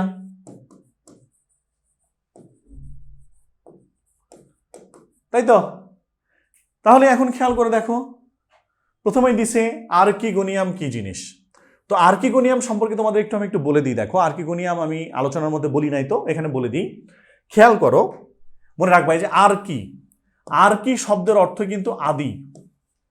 আর যে গনিয়াম, গনিয়াম কথাটা আসছে হচ্ছে গাইনি থেকে। আর গাইনি মানেই হচ্ছে, তোমরা জানো, যে দেখো না, বলি না আমরা গাইনি বিশেষজ্ঞ, স্ত্রী রোগ বিশেষজ্ঞ, গাইনোকোলজিস্ট ডাক্তারদের বলি না। তাহলে গাইনি কথাটা থেকে মনে রাখবে, এটা বোঝায় হচ্ছে স্ত্রী জনন অঙ্গ। তাহলে আর্কিগোনিয়াম, এটা শব্দের অর্থ হচ্ছে আদি স্ত্রী জননাঙ্গ। ঠিক আছে, এই আদি স্ত্রী জননাঙ্গ, এটাকে আমরা আর্কিগোনিয়াম বলি। কিছু কিছু উদ্ভিদের ক্ষেত্রে আর্কিগোনিয়াম দেখা যায়, আদি স্ত্রী জননাঙ্গ দেখা যায়। ঠিক আছে, এই হচ্ছে আর্কিগোনিয়াম। এই দেখো লেখা আছে, প্রোটিস্টা রাজ্যের জীবগুলাকে ইউক্যারিওটস বলা হয় কেন? ইউক্যারিওটিক মানে কি? ইউক্যারিওটিক মানে আমরা জানি প্রকৃতকোষী। কেন বলা হয় তোমাদের বলছি, যে প্রকৃতকোষে যে বৈশিষ্ট্যগুলা, সেগুলো সবগুলা কিন্তু প্রোটিস্টার মধ্যে দেখা যায়। মনেরা ছিল আদিকোষী, প্রোটিস্টা হচ্ছে প্রকৃতকোষী। ওই যে কেন নিউক্লিয়াসের চারিদিকে, প্রোটিস্টার ক্ষেত্রে কি নিউক্লিয়াসের চারিদিকে মেমব্রেন আছে, তারপরে যে মাইটোকন্ড্রিয়া, প্লাস্টিড সব কিছু আছে, এদের কি মাইটোসিস প্রক্রিয়াতে কোষ বিভাজন হচ্ছে, এদের প্লাস্টিড আছে, নিজের খাদ্য নিজে তৈরি করতেছে, এই যে সব কথাবার্তা। ঠিক আছে, তারপর দেখো ঘ নাম্বার কি বলতেছে, উদ্দীপকের পি আর কিউ, এই যে পি আর এই যে কিউ মানে ফানজাই এবং অ্যানিমেলিয়া জীব ভিন্ন বৈশিষ্ট্য বিশিষ্ট ব্যাখ্যা করো। আবার কি ওই বৈশিষ্ট্য লিখতে হবে। ফানজাইয়ের বৈশিষ্ট্য খুব সুন্দর করে মুখস্থ বানাইছি, অ্যানিমেলিয়ার বৈশিষ্ট্য তুমি লিখতে পারবা, যেহেতু এরা প্রাণী, জটিল টিস্যু আছে, জটিল টিস্যুর সাথে সাথে আর কি আছে, নিজের খাদ্য নিজে তৈরি করতে পারে না, এসব ব্যাপার স্যাপার, যৌন জনন করে, এগুলাই লিখতে হবে, তাই তো? এবার ধর কি বলতেছে, উদ্দীপকের শ্রেণীবিন্যাসটিতে জীবের সরল থেকে জটিল গঠনের ক্রম বিকাশ ঘটেছে, বিশ্লেষণ করো। এই যে দেখো, আমি তোমাকে বলেছিলাম একটা কথা, যে এই যে আমরা বাম থেকে যত ডানে যাচ্ছি, আস্তে আস্তে কি উন্নত হচ্ছে। আমি বলেছিলাম সবার বামে যে মনেরা, মনেরা কিন্তু সবচেয়ে অনুন্নত, আর সবার ডানে যে অ্যানিমেলিয়া আছে, অ্যানিমেলিয়া হচ্ছে সবচেয়ে উন্নত। তাহলে মনেরা থেকে তুমি যখন আস্তে আস্তে ডানে যাচ্ছ, তার মানে কি আস্তে আস্তে কিন্তু উন্নত বৈশিষ্ট্য আসতেছে। মনেরার থেকে প্রোটিস্টা একটু উন্নত, প্রোটিস্টার থেকে ফানজাই একটু বেশি উন্নত, ফানজাইয়ের থেকে অবশ্যই প্লান্টি উন্নত, আর সবচেয়ে বেশি উন্নত হচ্ছে আমাদের অ্যানিমেলিয়া। তাহলে কি এই যে এদের আস্তে আস্তে উন্নত হচ্ছে, উন্নতি আসতেছে, তোমাকে লিখতে হবে সেটাই। ওই বৈশিষ্ট্য দিয়ে লিখবা আবার, যে এটা কি এরা আদিকোষী ছিল, তার মানে তো একটা অনুন্নত, এটা প্রথম প্রকৃতকোষী হইল, প্রকৃতকোষী হইলেও সেখানে মিওসিস টিওসিস নাই, অনুন্নত বৈশিষ্ট্য কিছু আছে, কনজুগেশন হচ্ছে। ফানজাইয়ের ক্ষেত্রে চলে আসো, কিছুটা উন্নত হইল, তার হ্যাপ্লয়েড স্পোর টিস্পোর আছে। প্লান্টি, প্লান্টি আরেকটু উন্নত হয়েছে, তার যৌন জনন হচ্ছে অ্যানাইসোগ্যামাস টাইপের হচ্ছে, আর্কিগোনিয়াম থাকতেছে। আর অ্যানিমেলিয়া তো সবচেয়ে উন্নত, তার জটিল টিস্যু থাকতেছে, যৌন জনন হচ্ছে। এই যে এইসব ব্যাপারগুলা তোমাকে কিন্তু এগুলাই লিখতে হবে, লিখে বর্ণনা করতে হবে যে আসে কি ক্রমান্বয়ে আস্তে আস্তে তার আরো বেশি উন্নত হচ্ছে। ঠিক আছে, এটাই আর কি কাহিনী। এরপরে চলে আসো, দেখো এই দেখো লেখা আছে কি, জীববিজ্ঞানের শিক্ষক শিক্ষার্থীদের জীবের শ্রেণীবিন্যাস পড়াতে গিয়ে অ্যামিবা ও রুই মাছের রাজ্য সম্পর্কে বিস্তারিত আলোচনা করলেন। তাহলে কি আসছে, অ্যামিবা আর রুই মাছ। অ্যামিবা মানে কোনটা বলো তো? অ্যামিবা মানে হচ্ছে প্রোটিস্টা, আর রুই মাছ মানে অবশ্যই অ্যানিমেলিয়া। ঠিক আছে, তো অ্যানিমেলিয়ার বৈশিষ্ট্যটাও কিন্তু একটু ভালো করে পড়ো, বুঝছো? প্রথম তিনটা তো আসেই, তার মধ্যে আমরা দেখতেছি যে অ্যানিমেলিয়া থেকে কিন্তু কিছু কোশ্চেন চলে আসতেছে। তাহলে অ্যানিমেলিয়ার বৈশিষ্ট্য পড়বো যেন আমরা পরীক্ষাতে লিখতে পারি, অ্যানিমেলিয়াটা কিন্তু ভালো করে জানতে হবে। হ্যাঁ, তো দেখো আবার কি দ্বিপদ নাম কি বলছে, ওই যে দুইটা পদ লিখবা, গণ নাম আর প্রজাতি নাম। জীবের শ্রেণীবিন্যাসের প্রয়োজন কেন? ঠিক আছে, যেন প্রতিটা জীবকে আমরা আলাদা আলাদা বুঝতে পারি, তাদের সম্পর্কে ধারণা নিতে পারি, এই কথাগুলো লিখতে হবে। এটা খ নম্বরে আসে তোমাদের কোশ্চেনে। উদ্দীপকে উল্লেখিত প্রথম প্রাণীটির রাজ্যগত বৈশিষ্ট্য ব্যাখ্যা করো। এই যে প্রথম প্রাণী মানে কি, প্রথম প্রাণী হচ্ছে অ্যামিবা, তার মানে প্রোটিস্টা। তো প্রোটিস্টার রাজ্যগত বৈশিষ্ট্য, ঠিক আছে, প্রোটিস্টা, প্রোটিস্টার বৈশিষ্ট্য তোমাকে লিখতে হবে এখানে। তারপরে কি বলতেছে, উদ্দীপকের জীব দুইটি প্রাণী হওয়া সত্ত্বেও ভিন্ন রাজার অন্তর্ভুক্ত। অবশ্যই এটা অ্যামিবা প্রাণী, বাট সে কি, সে প্রোটিস্টা। রুই মাছ প্রাণী, বাট সে কিন্তু অ্যানিমেলিয়া, আরো বেশি উন্নত। ঠিক আছে, এটাও কিন্তু পার্থক্য তুমি যুক্তি সহকারে বিশ্লেষণ করবা ওই বৈশিষ্ট্য দিয়েই। ঠিক আছে, এরপরে চলে আসো, দেখো এখানে আরেকটা আছে, এবং এই কোশ্চেনটা দেখো ওই একই ধাঁচের কোশ্চেন, করতে ঘুরে ফিরে রাজ্য থেকে আসতেছে। তাহলে তোমার কাজ কি, প্রথম যে 5টা রাজ্য আছে তার মধ্যে তো আমি 3টা খুব সুন্দর করে মুখস্থ করাইছি, বাকি 2টারও কিছু কথাবার্তা বলে দিছি। সবগুলার বৈশিষ্ট্য খুব সুন্দর করে জানতেই হবে। তুমি বৈশিষ্ট্য যদি জানো তাহলে কিন্তু রিটেন সিকিউ এই চ্যাপ্টার থেকে হয়ে যাবে। জাস্ট বৈশিষ্ট্য জানলেই তোমার সিকিউ শেষ এই চ্যাপ্টারে। ঠিক আছে না? আর উদাহরণ তো আমি মনে করার নেমনিক দিয়েই দিছি। এখানেও দেখো প্রথমে মনেরা, বি কি হবে তাহলে? বি হবে প্রোটিস্টা, সি কি হবে? সি হবে ফানজাই, ডি কি হবে? ডি হবে হচ্ছে প্লান্টি।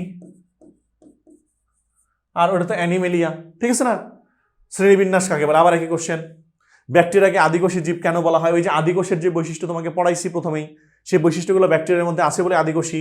উদ্দীপকের ডি অন্তর্ভুক্ত জীবের বৈজ্ঞানিক নামকরণ পদ্ধতি বর্ণনা করো। ডি মানে কি? প্লান্টি।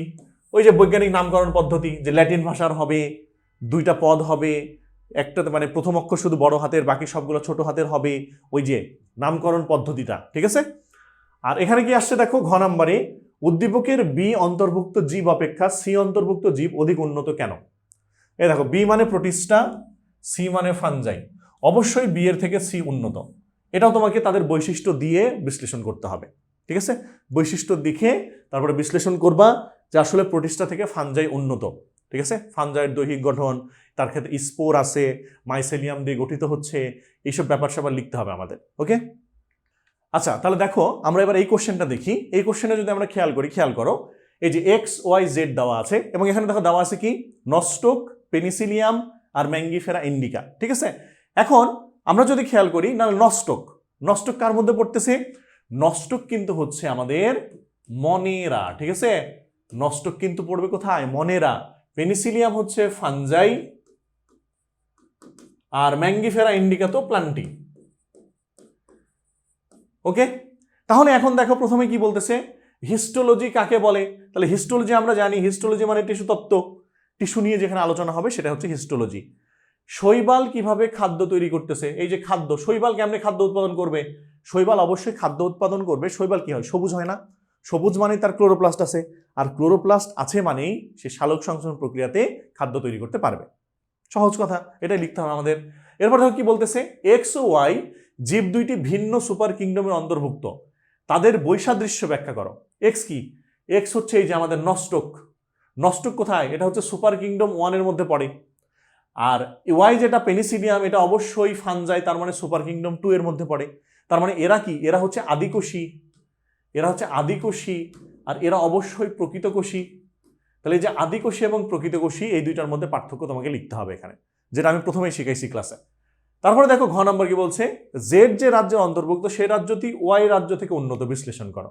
ওই একই রকম কোশ্চেন। এই যে জেড মানে প্লান্টি, প্লান্টি অবশ্যই ফানজাই যেটা তার থেকে উন্নত, ঠিক আছে না? প্লান্টি সবুজ হবে, নিজের খাদ্য নিজে তৈরি করতে পারবে, তার যৌন জনন উন্নত, এগুলো সবই তো তার উন্নত। আর ফানজাইয়ের ক্ষেত্রে তো সেগুলো সবই অনুন্নত, ঠিক আছে না? এই কথাগুলাই লিখতে হবে আমাদের। এই তো, তাহলে আমাদের আজকের ক্লাসটা কিন্তু এই পর্যন্তই।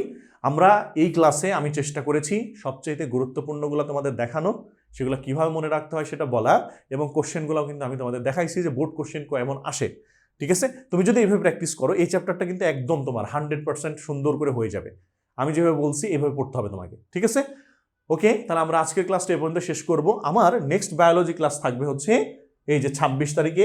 তো 26 তারিখে তোমাদের সাথে আবার দেখা হবে ইনশাল্লাহ এর পরের লেকচারটা নিয়ে। সেই পর্যন্ত সবাই ভালো থাকেন, সুস্থ থাকেন, ভালোভাবে পড়াশোনা করেন। আবার দেখা হবে। আসসালামু আলাইকুম।